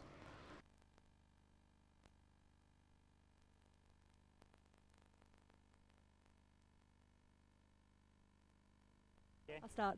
You ready, Keith? David, did they not tell you you're not supposed to be able to overtake in Formula One? Well, you can't make me laugh because it hurts. Yeah, no, but the Ralph one, obviously he was coming out of the pit, so it wasn't really a proper manoeuvre, but thankfully I'll take it anyway. And with Michael, he had a problem. So again, it was difficult, but it doesn't count as being in a proper racing situation. But nonetheless, you know, once again I overtake, so hopefully again that will take away this you know, sort of bullshit of me being too nice. You know, if I was too nice, I'd be after you and wouldn't want to overtake. You look like you're in a lot of pain. I'm just in a bit of discomfort from my side, so just some muscle damage, that's all. A satisfactory end to what's been a very difficult weekend for you?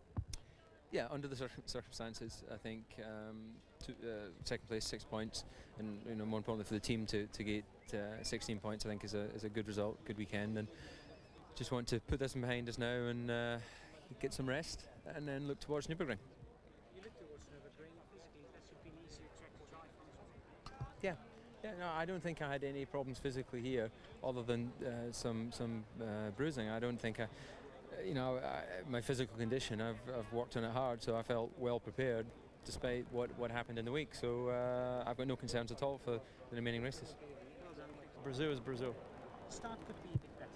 Yeah, unfortunately, I chose the clutch that I had on Friday, which I was quite happy, and it didn't behave the way I wanted, and I almost bogged down on the start. So it was a pity because I could have lost more places. This week we're going to have a lot of tests, so I need to practice a little bit more because I had a fantastic one in Silverstone, and we need to check why we could be so unpredictable on the start. We are on the safe side, and 60% or 70% of the time we have good starts, but you know, I had a bad one today. Michael and Ralph, good for you. Well, I had a fantastic view, you know, and what can I say? I mean, when you see someone like Marco that was having a problem, if it was myself, I would not risk it. I would try in a safe place because I know somebody is coming behind me with a car that's probably faster than mine. But Ralph tried everything he could at the first time he caught Michael, and then both were running alongside each other, and I saw my chance, and I drive on the inside, and I was lucky. I mean, it looked like it was a team effort, you know, like Michael doing something for myself, but you could ask him. I don't think it was the case. Have you had a chance to speak to Michael since the race? No, I saw him at the end of the race, but obviously he was quite disappointed, so I didn't say much.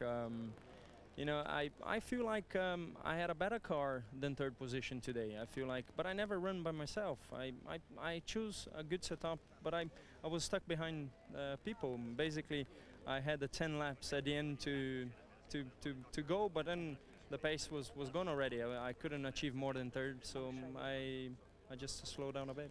Ralph certainly believes that his brother blocked him to let you pass. What was your view on it? There was no chance he could have blocked me there, because I think it was Ralph's mistake to try in a place that he wasn't there.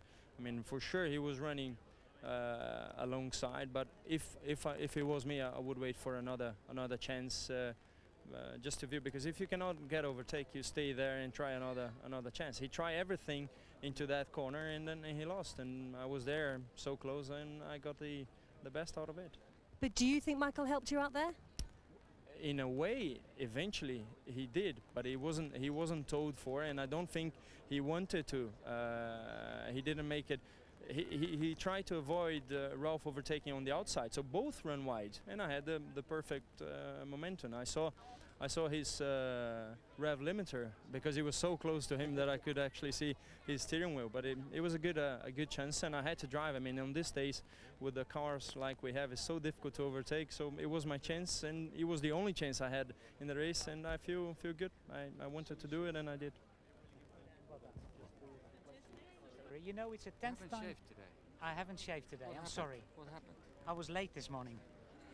Late last night or late this morning? Both. All right. You know, it's the 10th time in a row. Don't show this to your girlfriend. I won't. It's the 10th time in a row. Does she know? The Grand Prix hasn't been won from pole Start again. position. Start again. You know, it's the 10th time in a row that the Grand Prix hasn't been won from pole position. You know that? No, I understood it. It has been a very strange situation, you know, in terms of not being a pole position and winning Grand Prix. But if you look start of this year, you know, I was in pole position most of the races, and I didn't win the race most of the time because I didn't finish the Grand Prix. But whatever, yeah, you're right. Now, you must be very relieved building this success, because the title is not far away. No, not as far as earlier in the season people thought maybe. Title? It's a long way. You're not that far behind. It's a long way to go. It's a long season. It's a very long season, very tough season. Anything can happen, like we saw last year.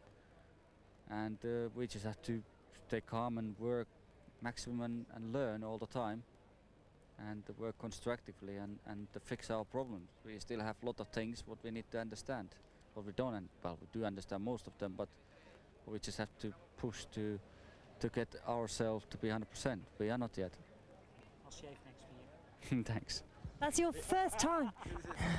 Mika, that's your first time up on the top step over the podium for about 7 months. Was there a sense of relief being back up there? Yes, definitely. I'm really happy about it. I haven't shaved either. It seems that you learned, Mika. I wonder. I don't know how to think about it. It seems that you learned. It's not that bad at all.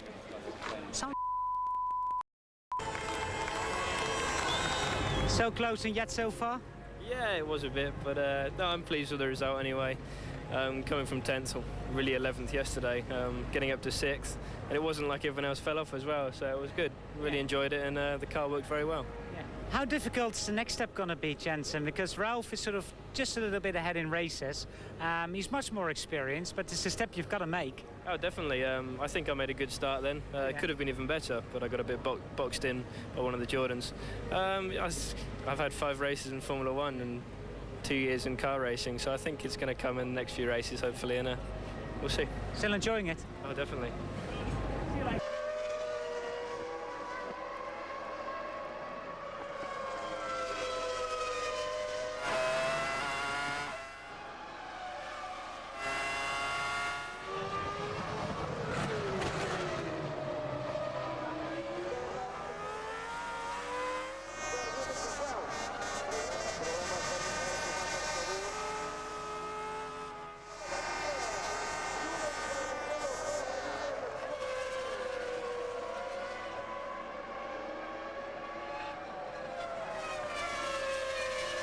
So, hello Pedro, very sorry about this incident. What happened? Well, I did a pretty good start. I was lying behind Alessi. He was blocking me like crazy, like he usually does. And I took an inside line into Wurt's corner, and he just locked me. I had the whole car inside. I mean, this is the typical Alessi thing, which I'm really disappointed about. He's always doing the same sort of things. And it's really, really bad because I had a different strategy. I was just pushing very hard on the first laps, and that sums up the weekend basically. Did you want to go on a two-stop strategy, Pedro? No, we were on a three-stop strategy to allow me to overtake places on the first laps. That was why I was so aggressive. Anyway, I had a quicker car than most of the guys near me, so there was no point really in Alessi going crazy trying to hold me up for all the race. So I just had many chances to overtake him. I took one, and he closed the door. That's all. Okay, Pedro, we are very sorry for this incident. Good luck anyhow for the next races to you. Thank you. Yeah, as the Greg Pollock. Yep. Hello, Greg. What happened to Jacques? Well, it appears that we had engine alarms going off. We don't know exactly, but a lot of smoke coming out, so we believe maybe we have an engine problem. Engine problem. Did he say something about the behavior of the car during the race? It looked pretty good before this incident. There's definitely an improvement in performance in the car, the chassis. He was getting a little bit of push. He was complaining about it, but he was able to hold his own suspension. So it can't be that bad. He did a very, very good job. It's just very unfortunate that he's sitting on the side of the track. Okay, Craig, thank you very much. And good luck for you and the team. Thank you. Ferraris, also den einen Ferrari und einen McLaren im Griff hat. Barrichello und Coulthard. Jos Verstappen. In the pit stop, I selected first gear, and basically I couldn't get in it. Really, that was a problem. Had there been any warning prior to that? No, I didn't have any warning. I mean, the car was fine on the circuit, and it's only when I stopped after that I couldn't go again. Have you had any problems like this before? No, we never had a problem with the gearbox, so this is really my first time, and it's unlucky really, because in testing you do a lot of laps and nothing happened really, and then in the race we just unlucky, I would say. Thanks, Jos. Ja, Problem, also wie ich es... Reduced to 14 points. Hakkinen has overtaken Coulthard. Barrichello still fourth. Ralf Schumacher actually dropping a place, and Fisichella becalmed on 8. In the constructors, McLaren within 7 points now of the reigning champions. Williams adding 3 points to stay a clear third. Frenson's point for Jordan is their return from Barcelona. We're going to have to change our minds about this place. We say great place to visit, always a dull race, not this year though. Oh, this circuit has shattered its reputation for dull races, hasn't it? It really turned around. I think the first 10, 15 minutes thinking, oh no, it's the procession of last year. It wasn't. It was an absolute thriller, dictated not just by brave overtaking manoeuvres, but also action in the pits. Schumacher said he expected to win here today, and after the start it looked as though everything was going according to plan for him. You know, he's been oozing confidence, and of course he's been upsetting all his rivals because they think perhaps he is overconfident, but here he makes a manoeuvre to protect the position because of fast-starting Mika Hakkinen.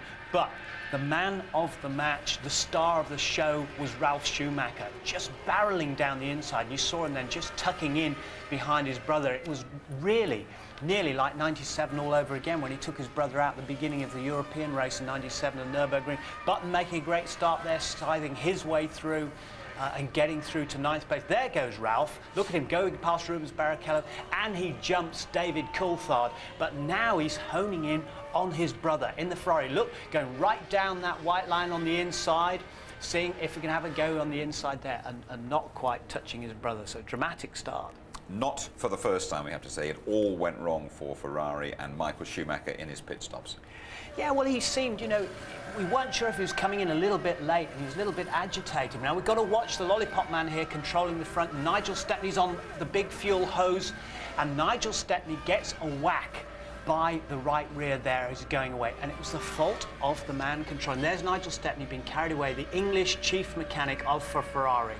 Now, if that wasn't bad enough, he stayed ahead of Hakkinen, but later on, Hakkinen and Michael Schumacher coming in together. This is the battle of the race, the battle of the pit stops, the battle of the two crews. They've got a substitute fuel filler on there now, Andrea Vicari, and can't get that hose on. It has to sit squarely on. Schumacher has to wait for over 10 seconds while they refill. Häkkinen's in, out, gone, into the lead of the Spanish Grand Prix, probably smiling under his face mask there, and poor Schumacher sitting there. You can tell by his demeanour after the race that Michael Schumacher was absolutely livid about that. He had a bit of tyre degradation as well at this track that's so tough on tyres, and David Coulthard took maximum advantage, didn't he? Yeah, and we're not quite sure exactly what it is, whether the tyres was turning on the rim as they did in Australia, but this was almost like looking at 91, and Mansell against Senna coming down that long straight at Barcelona, and this was David Coulthard trying to get past. Now, the next lap, he has to go round the outside, lap 46, and he gets that place and gets up into third, and that was after David Coulthard had bodged his pit stop earlier on. McLaren very cleverly had brought him in a little bit earlier to give him track position, and then get him back on the podium there. Tremendous credit for David Coulthard, the way he's conducted himself here this weekend. I think it's heroic. I think it's brave. The guy's in pain. We think he's got a cracked rib as well. You imagine driving with all the force and all the pressure in a Formula One cockpit like that, especially the harrowing thing that he's been through, the plane crash this week. Finally, Tony, your magic moment from the race, and no brotherly love at all involved. No, and Michael Schumacher has taken a lot of stick because the Italian press in particular say he lets his brother get away with a lot of things. He's gone soft on his brother Gaga, younger brother. But younger brother, look at this, just dives down. Doesn't matter that it's Michael Schumacher, his own brother. Now, was it tactical or not? Michael Schumacher still having a go at his brother. He was stung by the criticism at Silverstone when he let his brother through at Bridgebend in the middle. And what happens, Rubens Barrichello just dives through while the two brothers are scrapping and scrabbling for grip there. Now look at Rubens here, lining up. Absolutely tremendous. And he's going to go through and take that. And that, for me, was a wonderful moment of those cars sliding all over the place. Barrichello dives through all the way to the podium. Tony Jardine, thanks very much indeed. And so here's your full Barcelona rundown. Fastest lap for Häkkinen, his third successive win here, always followed home by the heroic Coulthard. Barrichello's second podium for Ferrari. Ralf Schumacher, arguably the star of the day. Then Big Brother. Frentzen, the third German in the points. One lap adrift, Salo, then Zonta in the BAR. Fisichella followed by teammate Wirtz. Irvine's Jaguar, Trulli next. Herbert in front of the Spaniard Genet, then Mazzacani and Heidfeld. Button's engine blew late on, Verstappen's gearbox failed, Villeneuve's BAR, that overcooked, Alesi and De La Rosa had that early collision, and Pedro Diniz hardly featured. Our next Grand Prix, we go to the Nürburgring for the European Grand Prix in a couple of weeks' time on FA Cup final day, a slightly later start than normal for qualifying at 10 to midday. The normal service on race day from 12:15 and highlights at 11:50. And so the McLarens are very much back in business with two huge results here in Barcelona and at Silverstone. They're looming in Michael Schumacher's mirrors. Good night to you all. Nice one, Michael Schumacher!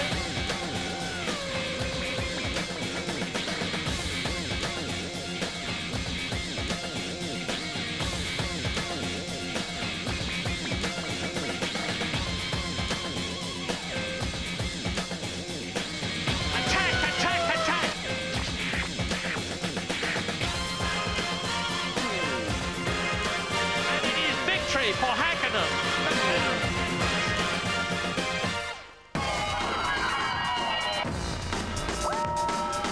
F1 on ITV in association with Texaco.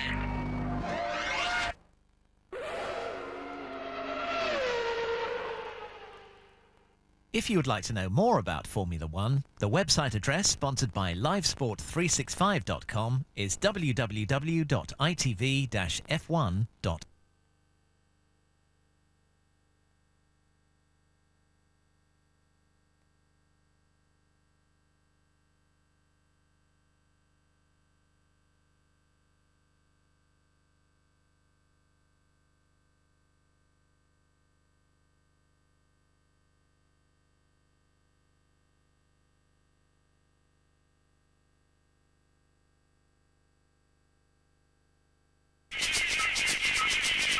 Dopo il Gran Premio di Spagna, Michael Schumacher guida la classifica con 36 punti, sono quindi 14 le lunghezze che lo separano da Mika Häkkinen, secondo a 22 punti, terzo è David Coulthard con 20 punti, quarto Rubens Barrichello 13 punti, quinto Ralf Schumacher 12 punti, sesto Giancarlo Fisichella 8 punti, settimo è Jacques Villeneuve con 5 punti, ottavo Heinz Harald Frentzen con 5 punti, nono Jarno Trulli 4 punti, decimo il sorprendente esordiente Jenson Button con 3 punti, undicesimo è Riccardo Zonta con 1 punto, chiude la classifica piloti Mika Salo con 1 punto.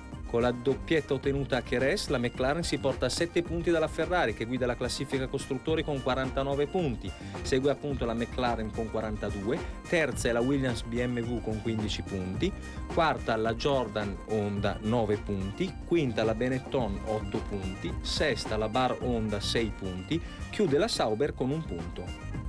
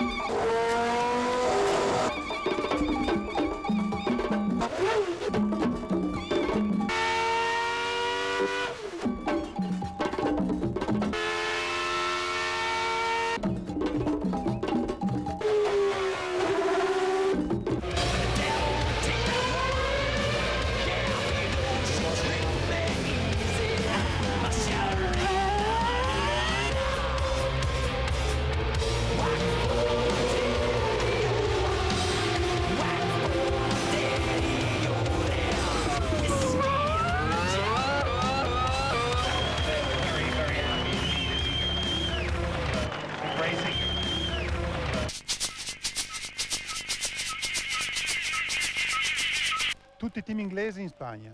Mentre la Ferrari si concentrava a Fiorano e al Mugello, tutte le altre squadre, eccetto Minardi e Prost, si sono tuffate in 3 giorni e mezzo di test a Jerez della Frontera. Se cercavano il sole, il caldo, l'esperimento è riuscito solo parzialmente perché martedì e mercoledì la pioggia ha invalidato parecchie ore di prove. Ma Jerez era stata scelta anche per un altro motivo, la sua somiglianza con il circuito del Nürburgring, dove il 21 maggio si correrà il Gran Premio d'Europa. Ma Jerez perché è un circuito che assomiglia molto al Nürburgring, ha molte caratteristiche tecniche, alcuni angoli di curva tipo il Nürburgring, e infatti ogni volta che finisce una gara si va a provare su una pista dove ha le caratteristiche della gara successiva, insomma. Ma non c'è dubbio che l'osservato speciale di questi test a Jerez fosse Mika Häkkinen, e non solo perché domenica scorsa a Barcellona è finalmente tornato alla vittoria dopo 4 gare di digiuno, ma perché proprio qui il 26 ottobre di 3 anni fa Mika vinse il suo primo Gran Premio dando il via alla marcia trionfale che poi nei 2 anni successivi gli ha regalato 2 titoli iridati. L'Häkkinen qui a Jerez non era certamente il più tranquillo e sereno possibile, ma in una pausa dei suoi test ha accettato finalmente di parlare un po' a fondo di questa sua McLaren che finalmente a Barcellona è uscita dal limbo di inizio campionato. Io non conosco le altre monoposto, non ho mai guidato la Ferrari. Non so se sia più veloce della McLaren, ma ho la massima fiducia nel mio team, nei nostri progettisti, e credo sia loro intenzione dimostrare che la mia monoposto sia la migliore del mondo. Ecco perché sono fiducioso. Hai provato qualche momento veramente di difficoltà, di depressione? Beh, ovviamente sì, puoi immaginarlo. Se mi sono sentito male? Certo che sì, sono un essere umano. In quella situazione ho avuto reazioni più che normali. Non potevo ridere, soprattutto dopo essermi ritirato nei primi 2 Gran Premi. Dire che ero depresso non è giusto, ma era tempo di reagire con urgenza per tutti noi, così da risolvere i nostri problemi e iniziare subito a lottare per il campionato.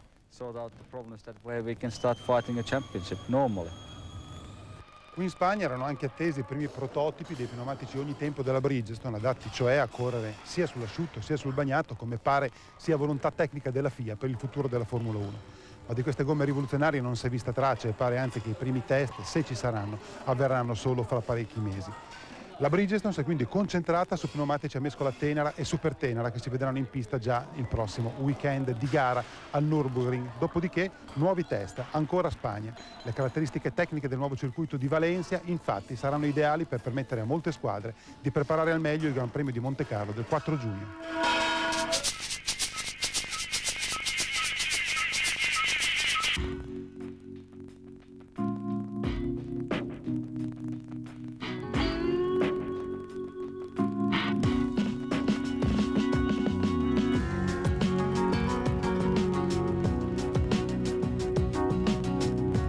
Malinconico come un brasiliano, deluso come un pilota che va alla Ferrari e pensa adesso spacco il mondo. Rubens Barrichello su 5 gare ha raccolto 2 podi e un 4° posto, ma anche tanta sfortuna al momento sbagliato. E qui alla Ferrari ha imparato a tornare sui banchi di scuola. Sono io il bambino della Ferrari, sto cominciando, però se devo parlare così con fiducia, devo avere fiducia in me. Ti aspettavi qualcosa di più da questa prima parte del mondiale? No, sicuramente l'unica cosa è che non me l'aspettavo che potevo avere dei problemi in Brasile, perché con una macchina che ha un record così di affidabilità veramente non pensavo di avere, però è una cosa adesso piccola, perché sicuramente loro stanno facendo di tutto per me per avere una macchina migliore. Ho sempre la stessa macchina di Michael, allora di tutto quello, tutto sommato credo di essere molto contento. È difficile questa macchina da domare rispetto ad altre monoposto che hai avuto in altri team? Ma no, questa macchina è molto migliore di quelli altri che ho avuto, cioè, per me è quasi un debutto. Il setup della macchina lo decidi tu autonomamente o vi scambiate informazioni con Michael? Come funziona?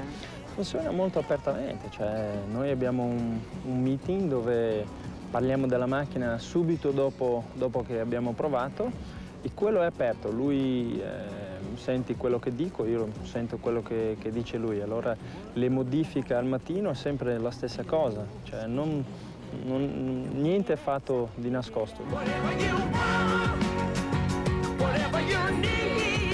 Chi scommetteresti per la vittoria del mondiale oggi, adesso?